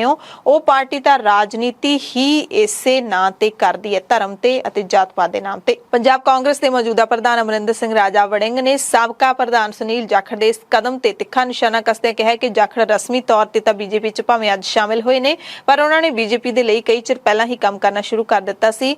ਹਿੰਦੂਤਵ ਦੀ ਸਿਆਸਤ ਖੇਡਦਿਆਂ ਪਾਰਟੀ ਨੂੰ ਹਰ ਤਰ੍ਹਾਂ ਉਹਨਾਂ ਨੇ ਨੁਕਸਾਨ ਪਹੁੰਚਾਉਣ ਦੀ ਕੋਸ਼ਿਸ਼ ਕੀਤੀ। ਉਹ ਹਿੰਦੂ ਪੱਤਾ ਖੇਡਣ ਦੀ ਤਾਕ ਵਿੱਚ ਸਨ, ਜਿਹੜਾ ਕਿ ਅੱਜ ਸਪਸ਼ਟ ਹੋ ਗਿਆ। ਸਿੰਘਾਂ ਦੀ ਰਿਹਾਈ ਦੇ ਮਸਲੇ ਦੇ ਨਾਲ ਜੁੜੀ ਅਹਿਮ ਅਹਿਮ ਖਬਰ ਹੈ ਜਿਸ ਤੇ ਲੱਗਦਾ ਹੈ ਸ਼੍ਰੋਮਣੀ ਗੁਰਦੁਆਰਾ ਪ੍ਰਬੰਧਕ ਕਮੇਟੀ ਦੇ ਵੱਲੋਂ ਬਣਾਈ ਕਮੇਟੀ ਨੇ ਸਿਰਫ ਤੇ ਸਿਰਫ ਗੋਂਗਲੂਆਂ ਤੋਂ ਮਿੱਟੀ ਝਾੜੀ ਹੈ। 11 ਮੈਂਬਰੀ ਕਮੇਟੀ ਦੀ ਪਹਿਲੀ ਬੈਠਕ ਹੋਈ। ਸ਼੍ਰੋਮਣੀ ਗੁਰਦੁਆਰਾ ਪ੍ਰਬੰਧਕ ਕਮੇਟੀ ਦੇ ਪ੍ਰਧਾਨ ਐਡਵੋਕੇਟ ਹਰਜਿੰਦਰ ਸਿੰਘ ਧਾਮੀ ਦੀ ਅਗਵਾਈ ਦੇ ਵਿੱਚ ਹੋਈ ਇਸ ਮੀਟਿੰਗ ਦੇ ਵਿੱਚ ਵੱਖ-ਵੱਖ ਜੇਲ੍ਹਾਂ ਵਿੱਚ ਬੰਦ ਸਿੰਘਾਂ ਦੇ ਅੰਕੜੇ ਇਕੱਠੇ ਕਰਨ ਦਾ ਫੈਸਲਾ ਲਿਆ ਗਿਆ। ਮੀਟਿੰਗ ਦੇ ਵਿੱਚ ਫੈਸਲਾ ਲਿਆ ਗਿਆ ਕਿ ਅਗਲੇ 2 ਹਫ਼ਤਿਆਂ ਦੇ ਵਿੱਚ ਇਹ ਪਤਾ ਲਾਇਆ ਜਾਊਗਾ ਕਿ ਕਿਹੜਾ ਸਿੰਘ ਕਿਹੜੀ ਜੇਲ੍ਹ ਦੇ ਵਿੱਚ ਬੰਦ ਹੈ, ਕਿੰਨੇ ਸਮੇਂ ਤੋਂ ਬੰਦ ਹੈ ਤੇ ਉਸ ਦੇ ਖਿਲਾਫ ਕਿਹੜੀਆਂ ਧਾਰਾਵਾਂ ਲਾਈਆਂ ਗਈਆਂ ਨੇ। ਮੁਲਕ ਦੀਆਂ ਵੱਖ-ਵੱਖ ਜੇਲ੍ਹਾਂ ਦੇ ਵਿੱਚ ਬੰਦ ਬੰਦੀ ਸਿੰਘਾਂ ਦਾ ਪੂਰਾ ਵੇਰਵਾ ਕਈ ਸੰਸਥਾਵਾਂ ਦੇ ਵੱਲੋਂ ਜਨਤਕ ਤੌਰ ਤੇ ਨਸ਼ਰ ਕੀਤਾ ਜਾ ਚੁੱਕਿਆ ਹੈ। ਇਸ ਦੀ ਕਾਪੀ ਗ੍ਰਹਿ ਮੰਤਰਾਲੇ ਨੂੰ ਭੇਜੀ ਵੀ ਜਾ ਚੁੱਕੀ ਹੈ। ਇਸੇ ਕਰਕੇ ਅਸੀਂ ਕਹਿ ਰਹੇ ਹਾਂ ਕਿ ਗੋਂਗਲੂਆਂ ਤੋਂ ਮਿੱਟੀ ਝਾੜੀ ਹੈ। ਕਮੇਟੀ ਨੇ ਆਪਣੀ ਪਹਿਲੀ ਬੈਠਕ ਦੇ ਵਿੱਚ ਜਦੋਂ ਸਾਰਾ ਕੁਝ ਸਾਹਮਣੇ ਪਿਆ ਹੋਵੇ, ਸਾਫ਼ ਪਿਆ ਹੋਵੇ ਕਿ ਕਿੰਨੇ ਸਿੰਘ ਨੇ, ਕਿਹੜੀਆਂ ਜੇਲ੍ਹਾਂ ਵਿੱਚ ਬੰਦ ਨੇ, ਕਿੰਨੇ ਸਮੇਂ ਤੋਂ ਬੰਦ ਨੇ, ਕਿਹੜੇ-ਕਿਹੜੇ ਕੇਸ ਦਰਜ ਨੇ, ਤਾਂ ਫਿਰ 2 ਹਫ਼ਤਿਆਂ ਦੇ ਵਿੱਚ ਕੀ ਕੰਮ ਕੀਤਾ ਜਾਊਗਾ, ਅਜਿਹੀ ਕਿਹੜੀ ਖੋਜ ਕੀਤੀ ਜਾਊਗੀ ਜਿਹਦੇ ਵਿੱਚ ਕੁਝ ਨਵਾਂ ਮਿਲ ਜੂਗਾ ਤੇ ਇਹਨੂੰ ਕਹਿ ਸਕਦੇ ਹਾਂ ਕਿ ਬੁੱਤਾ ਸਾਰਿਆ ਗਿਆ। ਸੋ ਮੀਟਿੰਗ ਦੇ ਵਿੱਚ ਹਾਲਾਂਕਿ 4 ਮਹੱਤਵਪੂਰਨ ਫੈਸਲੇ ਵੀ ਲਏ ਗਏ ਨੇ। ਕਮੇਟੀ ਨੇ 15 ਦਿਨਾਂ ਦੇ ਵਿੱਚ ਕੈਦੀਆਂ ਦੀਆਂ ਸੂਚੀਆਂ ਤਿਆਰ ਕਰਕੇ ਦੇਸ਼ ਦੇ ਪ੍ਰਧਾਨ ਮੰਤਰੀ ਨਰਿੰਦਰ ਮੋਦੀ ਤੇ ਗ੍ਰਹਿ ਮੰਤਰੀ ਅਮਿਤ ਸ਼ਾਹ ਦੇ ਨਾਲ ਮੁਲਾਕਾਤ ਕਰਨ ਦਾ ਫੈਸਲਾ ਲਿਆ ਹੈ। ਕਰਨਾਟਕਾ ਦੀ ਜੇਲ੍ਹ ਵਿੱਚ ਬੰਦ ਪੰਜਾਬ ਦੇ ਸਿੱਖ ਕੈਦੀਆਂ ਦੀ ਰਿਹਾਈ ਲਈ ਉੱਥੋਂ ਦੇ ਮੁੱਖ ਮੰਤਰੀ ਦੇ ਨਾਲ ਮੁਲਾਕਾਤ ਕੀਤੀ ਜਾਊਗੀ। ਇਸੇ ਤਰ੍ਹਾਂ ਸਿੱਖ ਲੀਡਰਾਂ ਦਾ ਫੈਸਲਾ ਮਹਾਰਾਸ਼ਟਰ ਸਰਕਾਰ ਦੇ ਕੋਲ ਚੁੱਕਣ ਦਾ ਫੈਸਲਾ ਵੀ ਲਿਆ ਗਿਆ। ਇਹ ਵੀ ਫੈਸਲਾ ਲਿਆ ਗਿਆ ਕਿ ਹਜ਼ੂਰ ਸਾਹਿਬ ਵਿਖੇ ਕਰੋਨਾ ਦੌਰਾਨ ਮਨਾਏ ਗਏ ਹੋਲਾ ਮਹੱਲਾ ਸਮਾਗਮ ਦੇ ਵਿੱਚ ਸ਼ਾਮਿਲ ਜਿਨ੍ਹਾਂ ਸਿੰਘਾਂ ਦੇ ਖਿਲਾਫ ਪਰਚਾ ਦਰਜ ਕੀਤਾ ਗਿਆ ਸੀ ਉਸ ਕੇਸ ਦੀ ਹੁਣ ਪੈਰਵਾਈ ਕਮੇਟੀ ਵੱਲੋਂ ਕੀਤੀ ਜਾਏਗੀ। ਮੀਟਿੰਗ ਦੇ ਵਿੱਚ 11 ਮੈਂਬਰੀ ਕਮੇਟੀ ਦੀ ਕਾਨੂੰਨੀ ਸਲਾਹ ਦੇ ਲਈ ਵਕੀਲਾਂ ਤੇ ਸਾਬਕਾ ਜੱਜਾਂ ਤੇ ਆਧਾਰਿਤ ਇੱਕ ਸਬ ਕਮੇਟੀ ਬਣਾਉਣ ਤੇ ਵੀ ਰਜ਼ਾਮੰਦੀ ਹੋਈ ਹੈ। ਮੀਟਿੰਗ ਦੌਰਾਨ ਬੰਦੀ ਸਿੰਘਾਂ ਦੀ ਰਿਹਾਈ ਲਈ ਮਰਨ ਵਰਤ ਦੌਰਾਨ ਸ਼ਹਾਦਤ ਦੇਣ ਵਾਲੇ ਭਾਈ ਗੁਰਬਖਸ਼ ਸਿੰਘ ਅਤੇ ਸਾਲਾਂ ਤੋਂ ਮਰਨ ਵਰਤ ਉੱਤੇ ਬੈਠੇ ਬਾਬਾ ਸੂਰਤ ਸਿੰਘ ਦੀ ਵੀ ਸ਼ਲਾਘਾ ਕੀਤੀ ਗਈ। ਵੀ ਫੈਸਲਾ ਹੋਇਆ, ਵਿਚਾਰਾਂ ਹੋਈਆਂ ਨੇ ਕਿ ਕਮੇਟੀ ਦੇ ਵੱਲੋਂ ਪ੍ਰਧਾਨ ਮੰਤਰੀ ਨਰਿੰਦਰ ਮੋਦੀ ਉੱਤੇ ਸਿੱਖਾਂ ਦੀ ਰਿਹਾਈ ਦੇ ਲਈ ਦਬਾਅ ਬਣਾਇਆ ਜਾਵੇਗਾ ਤੇ ਜੇਲ੍ਹਾਂ ਦੇ ਵਿੱਚੋਂ ਬਾਹਰ ਕੱਢਣ ਦੇ ਲਈ ਸ੍ਰੀ ਗੁਰੂ ਨਾਨਕ ਸਾਹਿਬ ਦੇ 550 ਸਾਲਾ ਪ੍ਰਕਾਸ਼ ਪੁਰਬ ਦੇ ਮੌਕੇ ਸਰਕਾਰ ਨੇ ਖੁਦ ਇਹ ਐਲਾਨ ਕੀਤਾ ਸੀ ਕਿ ਸਾਰੇ ਸਿੰਘਾਂ ਨੂੰ ਰਿਹਾ ਕੀਤਾ ਜਾਊਗਾ ਜਿਨ੍ਹਾਂ ਦੀਆਂ ਸਜ਼ਾਵਾਂ ਪੂਰੀਆਂ ਹੋ ਚੁੱਕੀਆਂ ਨੇ। ਇਹ ਵੀ ਗੱਲ ਕੇਂਦਰ ਸਰਕਾਰ ਨੂੰ ਯਾਦ ਕਰਾਈ ਜਾਏਗੀ। ਸਭ ਤੋਂ ਪਹਿਲਾਂ ਜਿਹੜੇ ਸਾਡੇ ਸਿੱਖ ਸੰਘਰਸ਼ੀ ਯੋਧੇ ਆ ਇਹ ਕਿਹੜੀ ਜੇਲ੍ਹ ਦੇ ਵਿੱਚ ਆ ਤੇ ਕਿਹੜੇ ਉਹਦੇ ਸਟੇਟ ਦੇ ਵਿੱਚ ਫੌਲ ਬੰਦ ਆ, ਉਹਨਾਂ ਲਈ ਇਹ ਸਾਰੀ ਮੁਲਾਂਕਣ ਕਰਕੇ ਇੱਕ ਟੀਮ ਬਣਾਈ ਜਾਊਗੀ ਜਿਹੜੀ ਰਿਪਰੈਜ਼ੈਂਟੇਸ਼ਨ ਤੌਰ ਦੇ ਉੱਤੇ ਸਾਰੇ ਉਹਨਾਂ ਦੇ ਜਿਹੜੇ ਕੇਸ ਕਿੰਨੀ ਕੈਦ ਆ ਉਹ ਸਾਰੀ ਤਿਆਰ ਕੀਤੀ ਜਾਊਗੀ ਤੇ ਛੇਤੀ ਹੀ 15 ਦਿਨਾਂ ਦੇ ਵਿੱਚ ਇਹ ਪ੍ਰਧਾਨ ਮੰਤਰੀ ਸ਼੍ਰੀ ਨਰਿੰਦਰ ਭਾਈ ਮੋਦੀ ਜੀ ਨੂੰ ਦਿੱਲੀ ਜਾ ਕੇ ਇੱਕ ਰਿਪਰੈਜ਼ੈਂਟੇਸ਼ਨ ਸਾਰੇ ਇਕੱਠੇ ਹੋ ਕੇ ਦੇਣਗੇ ਤਾਂ ਕਿ ਸਾਰੇ ਜਿੰਨੇ ਵੀ ਅਸੀਂ ਜਿਨ੍ਹਾਂ ਦਾ ਮੁਲਾਂਕਣ ਕੀਤਾ, ਜਿੰਨੇ ਵੀ ਸਿੱਖ ਕੈਦੀ ਸਾਡੇ, ਉਹਨਾਂ ਸਾਰਿਆਂ ਦੀ ਰਿਹਾਈ ਲਈ ਇੱਕ ਵੱਡੀ ਰਿਪਰੈਜ਼ੈਂਟੇਸ਼ਨ ਇਕੱਠੇ ਹੋ ਕੇ ਦੇਣਗੇ। ਪਹਿਲੀ ਮੀਟਿੰਗ ਦੇ ਵਿੱਚ ਸ਼੍ਰੋਮਣੀ ਅਕਾਲੀ ਦਲ ਦੇ ਪ੍ਰਧਾਨ ਸੁਖਬੀਰ ਸਿੰਘ ਬਾਦਲ, ਦਮਦਮੀ ਟਕਸਾਲ ਦੇ ਮੁਖੀ ਬਾਬਾ ਹਰਨਾਮ ਸਿੰਘ ਧੁੰਮਾ, ਸ਼੍ਰੋਮਣੀ ਅਕਾਲੀ ਦਲ ਅੰਮ੍ਰਿਤਸਰ ਦੇ ਜਨਰਲ ਸਕੱਤਰ ਜਸਕਰਨ ਸਿੰਘ ਕਾਨੂੰਵਾਨ ਸ਼ਾਮਿਲ ਹੋਏ। ਹਾਲਾਂਕਿ ਜਿਹੜੇ ਸਿਮਰਨਜੀਤ ਸਿੰਘ ਮਾਨ ਨੇ ਉਹਨਾਂ ਨੂੰ ਕਮੇਟੀ ਦਾ ਮੈਂਬਰ ਬਣਾਇਆ ਗਿਆ ਪਰ ਉਹਨਾਂ ਦੇ ਵੱਲੋਂ ਕਾਨੂੰਵਾਨ ਆਏ ਸੀ। ਦਿੱਲੀ ਸਿੱਖ ਗੁਰਦੁਆਰਾ ਪ੍ਰਬੰਧਕ ਕਮੇਟੀ ਦੇ ਪ੍ਰਧਾਨ ਹਰਮੀਤ ਸਿੰਘ ਕਾਲਕਾ ਪਹੁੰਚੇ। ਦਿੱਲੀ ਤੋਂ ਸਾਬਕਾ ਪ੍ਰਧਾਨ ਮਨਜੀਤ ਸਿੰਘ ਜੀਕੇ ਅਤੇ ਪਰਮਜੀਤ ਸਿੰਘ ਸਰਨਾ ਸਮੇਤ ਤਖਤ ਸ੍ਰੀ ਪਟਨਾ ਸਾਹਿਬ ਦੇ ਪ੍ਰਧਾਨ ਅਵਤਾਰ ਸਿੰਘ ਹਿੱਤ ਦੇ ਵੱਲੋਂ ਨੁਮਾਇੰਦਾ ਸ਼ਾਮਿਲ ਹੋਇਆ। ਤਖਤ ਸ੍ਰੀ ਹਜ਼ੂਰ ਸਾਹਿਬ ਦੇ ਪ੍ਰਧਾਨ ਵੱਲੋਂ ਪਰਮਜੋਤ ਸਿੰਘ ਨੇ ਸ਼ਿਰਕਤ ਕੀਤੀ। ਮੀਟਿੰਗ ਤੋਂ ਬਾਅਦ ਐਸਜੀਪੀਸੀ ਦੇ ਪ੍ਰਧਾਨ ਐਡਵੋਕੇਟ ਹਰਜਿੰਦਰ ਸਿੰਘ ਧਾਮੀ ਨੇ ਪਹਿਲੀ ਮੀਟਿੰਗ ਦਾ ਮਾਹੌਲ ਬੜਾ ਹੀ ਸੁਖਾਵਾਂ ਰਹਿਣ ਦਾ ਵਾਰ-ਵਾਰ ਜ਼ਿਕਰ ਵੀ ਕੀਤਾ ਤੇ ਪ੍ਰਧਾਨ ਸਾਹਿਬ ਨੇ ਇੱਥੋਂ ਤੱਕ ਵੀ ਕਿਹਾ ਕਿ ਜਿਹੜੀ ਇਹ ਕਮੇਟੀ ਬਣੀ ਹੈ ਇਹ ਸਰਬੱਤ ਖਾਲਸਾ ਦੇ ਬਰਾਬਰ ਬਣੀ ਹੈ।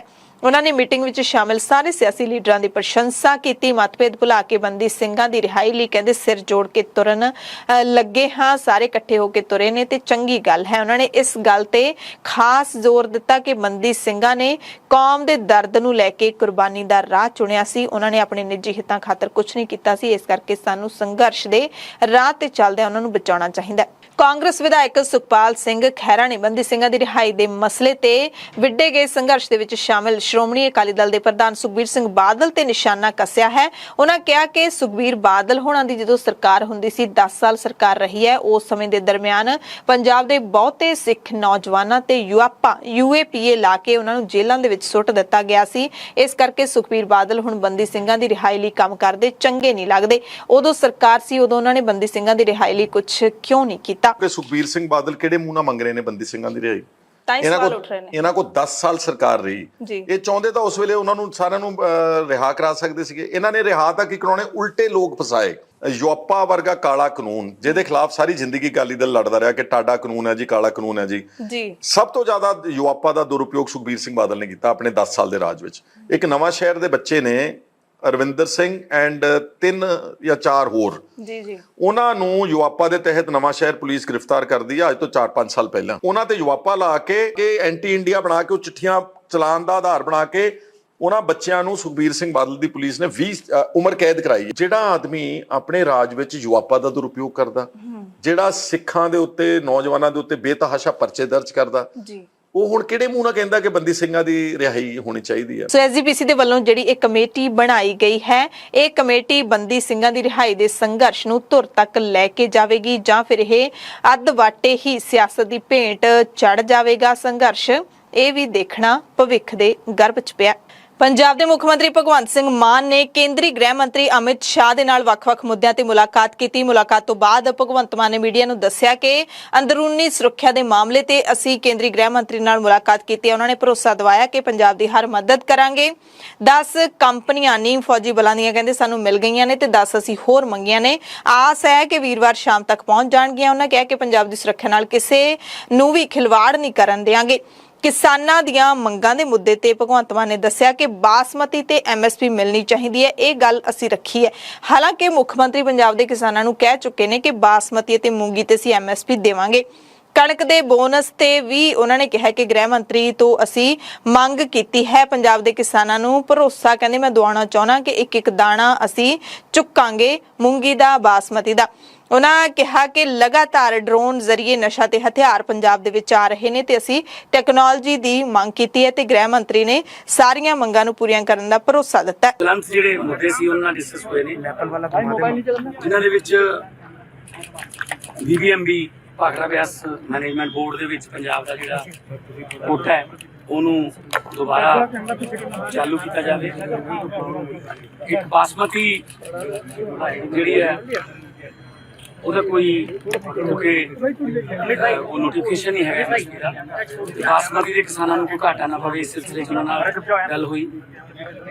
ਗਰਮੀ ਕਰਕੇ ਇਸ ਤੋਂ ਪਹਿਲਾਂ ਭਾਰਤ ਸਰਕਾਰ ਨੇ ਸਾਡੀ ਰਿਲੈਕਸੇਸ਼ਨ ਦੀ ਜਿਹੜੀ ਚਿੱਠੀ ਸੀ ਉਹਨੂੰ ਮਨਜ਼ੂਰ ਕੀਤਾ। ਅਕਾਲੀ ਦਲ ਦੇ ਪ੍ਰਧਾਨ ਸੁਖਬੀਰ ਬਾਦਲ ਨੇ ਭਗਵੰਤ ਮਾਨ ਦੀ ਮਿਲਣੀ ਤੇ ਤੰਜ ਕੱਸਿਆ ਹੈ। ਟਵੀਟ ਕਰਕੇ ਸੁਖਬੀਰ ਬਾਦਲ ਕਹਿੰਦੇ ਨੇ ਕਿ ਮੁੱਖ ਮੰਤਰੀ 10,000 ਰੁਪਏ ਪ੍ਰਤੀ ਏਕੜ ਕਣਕ ਦਾ ਬੋਨਸ ਮੰਗਣ ਗਏ ਸੀ। 10 CRPF ਦੀਆਂ ਕੰਪਨੀਆਂ ਲੈ ਕੇ ਵਾਪਸ ਆ ਗਏ ਨੇ, ਜਦੋਂ ਕਿ ਅੱਧਾ ਪੰਜਾਬ ਤਾਂ ਕਹਿੰਦੇ ਪਹਿਲਾਂ ਹੀ BSF ਨੂੰ ਸੌਂਪਿਆ ਪਿਆ। ਕਹਿੰਦੇ ਹੋਰ ਕੇਂਦਰੀ ਬਲਾਂ ਦੀ ਮੰਗ ਕਰਨੀ ਉਹ ਤੇ ਜਸ਼ਨ ਮਨਾਉਣਾ, ਇਹ ਅਸਲ ਦੇ ਵਿੱਚ ਦਿੱਲੀ ਦਾ ਮਾਡਲ ਹੈ ਜਿੱਥੇ ਸੂਬਾ ਸਰਕਾਰ ਦਾ ਬਲਾਂ ਦੇ ਉੱਤੇ, ਪੁਲਿਸ ਦੇ ਉੱਤੇ ਕੋਈ ਅਧਿਕਾਰ ਹੀ ਨਹੀਂ ਹੈ। ਪੰਜਾਬ ਪੁਲਿਸ ਸਿੱਖ ਨੌਜਵਾਨਾਂ ਨੂੰ ਸਮੇਂ-ਸਮੇਂ ਤੇ ਤੰਗ ਕਰਦੀ ਹੈ, ਉਹਨਾਂ ਤੇ ਝੂਠੇ ਪਰਚੇ ਪਾ ਕੇ, ਉਹਨਾਂ ਤੇ ਯੂਪਾ ਵਰਗੇ ਕੇਸ ਪਾ ਕੇ।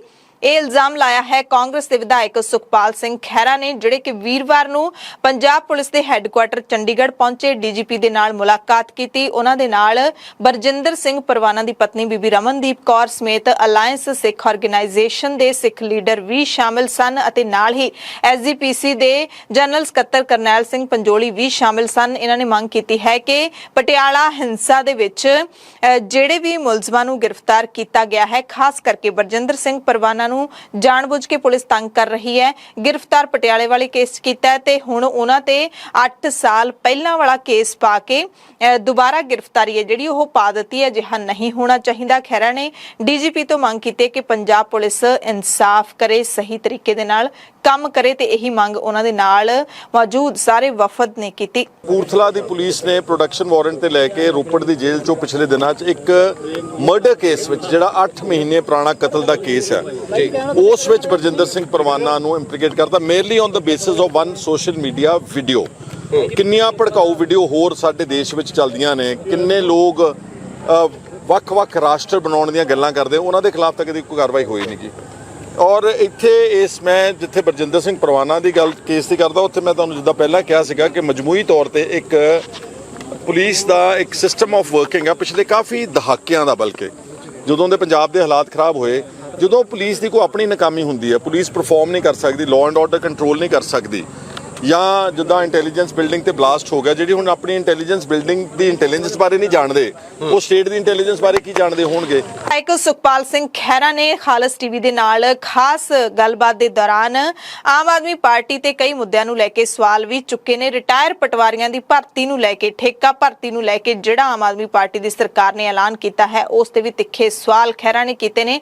ਨਾਲ ਹੀ ਜਿਹੜੇ ਨਾਜਾਇਜ਼ ਕਬਜ਼ੇ ਹਟਾਏ ਜਾ ਰਹੇ ਨੇ ਪੰਜਾਬ ਦੇ ਵਿੱਚ ਆਮ ਆਦਮੀ ਪਾਰਟੀ ਦੀ ਸਰਕਾਰ ਦੇ ਵੱਲੋਂ, ਉਸ ਤੇ ਖਹਿਰਾ ਨੇ ਮੰਗ ਕੀਤੀ ਹੈ ਕਿ ਪਹਿਲਾਂ ਵੱਡੀਆਂ ਮੱਛੀਆਂ ਫੜਨੀਆਂ ਚਾਹੀਦੀਆਂ ਨੇ। ਪਹਿਲਾਂ ਜਿਹੜੇ ਵੱਡੇ ਸਿਆਸਤਦਾਨਾਂ ਨੇ ਕਬਜ਼ੇ ਕੀਤੇ ਨੇ ਹਜ਼ਾਰਾਂ ਏਕੜਾਂ ਤੇ, ਜਾਂ ਫਿਰ ਜਿਹੜੇ ਬਿਊਰੋਕਰੇਟਸ ਹੈਗੇ ਨੇ ਉਹਨਾਂ ਨੇ ਕਬਜ਼ੇ ਕੀਤੇ ਨੇ, ਉਹਨਾਂ ਨੂੰ ਪਹਿਲਾਂ ਹੱਥ ਪਾਓ, ਛੋਟੇ ਕਿਸਾਨਾਂ ਨੂੰ ਨਾ ਤੰਗ ਕਰੋ। ਉਹਨਾਂ ਨੇ ਇਹ ਵੀ ਸਲਾਹ ਦਿੱਤੀ ਹੈ ਕਿ ਪਾਲਿਸੀ ਬਣੀ ਹੋਈ ਹੈ ਪੰਜਾਬ ਦੇ ਵਿੱਚ ਛੋਟੇ ਕਿਸਾਨਾਂ ਨੂੰ ਜ਼ਮੀਨਾਂ ਦੇ ਮਾਲਕ ਬਣਾਇਆ ਜਾਵੇ, ਕਿਉਂਕਿ 60 ਸਾਲਾਂ ਤੋਂ ਇਹਨਾਂ ਜ਼ਮੀਨਾਂ ਦੀ ਵਾਹੀ ਕਰ ਰਹੇ ਨੇ।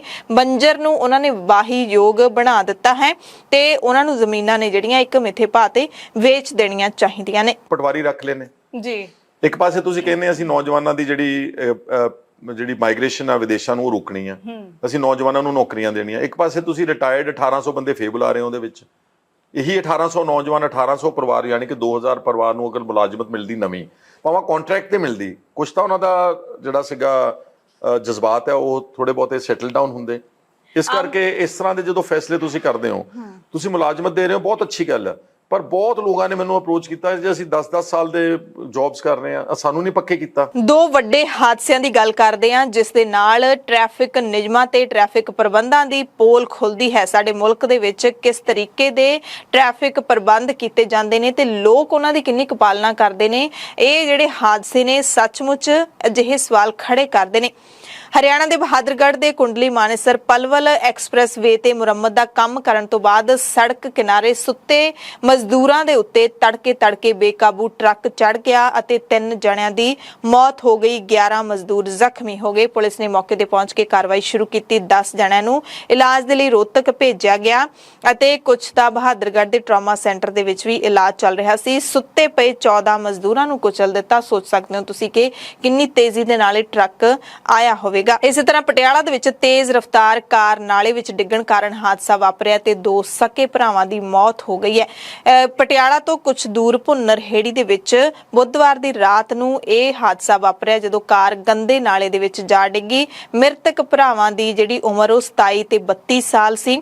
ਇੱਕ ਦਾ ਨਾਮ ਹਰਸ਼ਦੀਪ ਸਿੰਘ, ਦੂਸਰੇ ਦਾ ਨਾਮ ਪ੍ਰਤੀਕ ਸਿੰਘ ਤੇ ਉਹਨਾਂ ਦੇ 2 ਸਾਥੀ ਵੀ ਕਾਰ 'ਚ ਮੌਜੂਦ ਸਨ। ਗੁਰਜੰਟ ਸਿੰਘ ਤੇ ਰਾਕੇਸ਼ ਕੁਮਾਰ ਇਹ ਜ਼ਖਮੀ ਹੋ ਗਏ ਨੇ। ਸਾਰੇ ਹਰਿਆਣਾ ਦੇ ਪਿੰਡ ਨੀਂਦ ਦੇ ਰਹਿਣ ਵਾਲੇ ਸੀ। ਕਾਰ ਤੇਜ਼ ਰਫ਼ਤਾਰ ਦੇ ਵਿੱਚ ਸੀ। ਪੁਲਿਸ ਦੀ ਜਾਣਕਾਰੀ ਦੇ ਮੁਤਾਬਿਕ ਇਹ ਚਾਰੇ ਜਣੇ ਪਟਿਆਲਾ ਤੋਂ ਹਰਿਆਣਾ ਆਪਣੇ ਪਿੰਡ ਜਾ ਰਹੇ ਸੀ ਤੇ ਰਾਤ 1 ਵਜੇ ਉਹਨਾਂ ਦੀ ਕਾਰ ਹਾਦਸੇ ਦਾ ਸ਼ਿਕਾਰ ਹੋ ਗਈ। ਭਾਰਤ ਦੇ ਲੋਕਾਂ ਦੇ ਉੱਤੇ ਮਹਿੰਗਾਈ ਦੀ ਖੋਰ ਵੱਡੀ ਮਾਰ ਪਈ ਹੈ।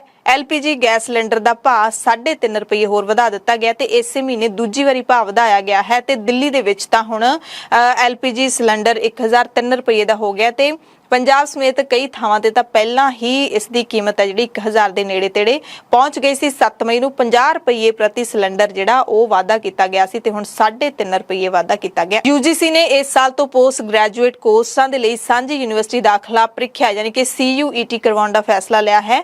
UGC ਦੇ ਪ੍ਰਧਾਨ ਜਗਦੀਸ਼ ਕੁਮਾਰ ਨੇ ਜਾਣਕਾਰੀ ਦਿੱਤੀ ਹੈ। ਫੈਸਲਾ ਉਦੋਂ ਆਇਆ ਜਦੋਂ ਹਫ਼ਤੇ ਪਹਿਲਾਂ UGC ਦੇ ਮੁਖੀ ਦੇ ਵੱਲੋਂ 45 ਕੇਂਦਰੀ ਯੂਨੀਵਰਸਿਟੀਆਂ ਦੇ ਵਿੱਚ ਦਾਖਲੇ ਦੇ ਲਈ 12ਵੀਂ ਜਮਾਤ ਦੇ ਅੰਕਾਂ ਦੀ ਥਾਂ CUET ਅੰਕ ਲਾਜ਼ਮੀ ਕਰਾਰ ਦਿੱਤੇ ਸਨ। ਇਹ ਵੀ ਕਿਹਾ ਸੀ ਕਿ ਕੇਂਦਰੀ ਯੂਨੀਵਰਸਿਟੀਆਂ ਆਪੋ ਆਪਣੇ ਘੱਟੋ ਘੱਟ ਯੋਗਤਾ ਮਾਪਦੰਡਾਂ ਦਾ ਫੈਸਲਾ ਕਰ ਸਕਦੀਆਂ ਨੇ। ਦਿੱਲੀ ਹਾਈ ਕੋਰਟ ਨੇ ਆਮ ਆਦਮੀ ਪਾਰਟੀ ਨੂੰ ਝਟਕਾ ਦਿੱਤਾ ਹੈ। ਆਮ ਆਦਮੀ ਪਾਰਟੀ ਦੀ ਸਰਕਾਰ ਦੀ ਘਰ ਘਰ ਤੱਕ ਰਾਸ਼ਨ ਪਹੁੰਚਾਉਣ ਵਾਲੀ ਮੁੱਖ ਮੰਤਰੀ ਘਰ ਘਰ ਯੋਜਨਾ ਨੂੰ ਰੱਦ ਕਰ ਦਿੱਤਾ ਹੈ। ਪੰਜਾਬ ਦੀਆਂ ਖਾਸ ਖਬਰਾਂ ਦੇ ਖਾਸ ਬੁਲੇਟਿਨ ਦੇ ਵਿੱਚ ਤੁਹਾਡੇ ਸਭ ਤੋਂ ਇਜਾਜ਼ਤ ਚਾਹੁੰਦੇ ਹਾਂ। ਧੰਨਵਾਦ।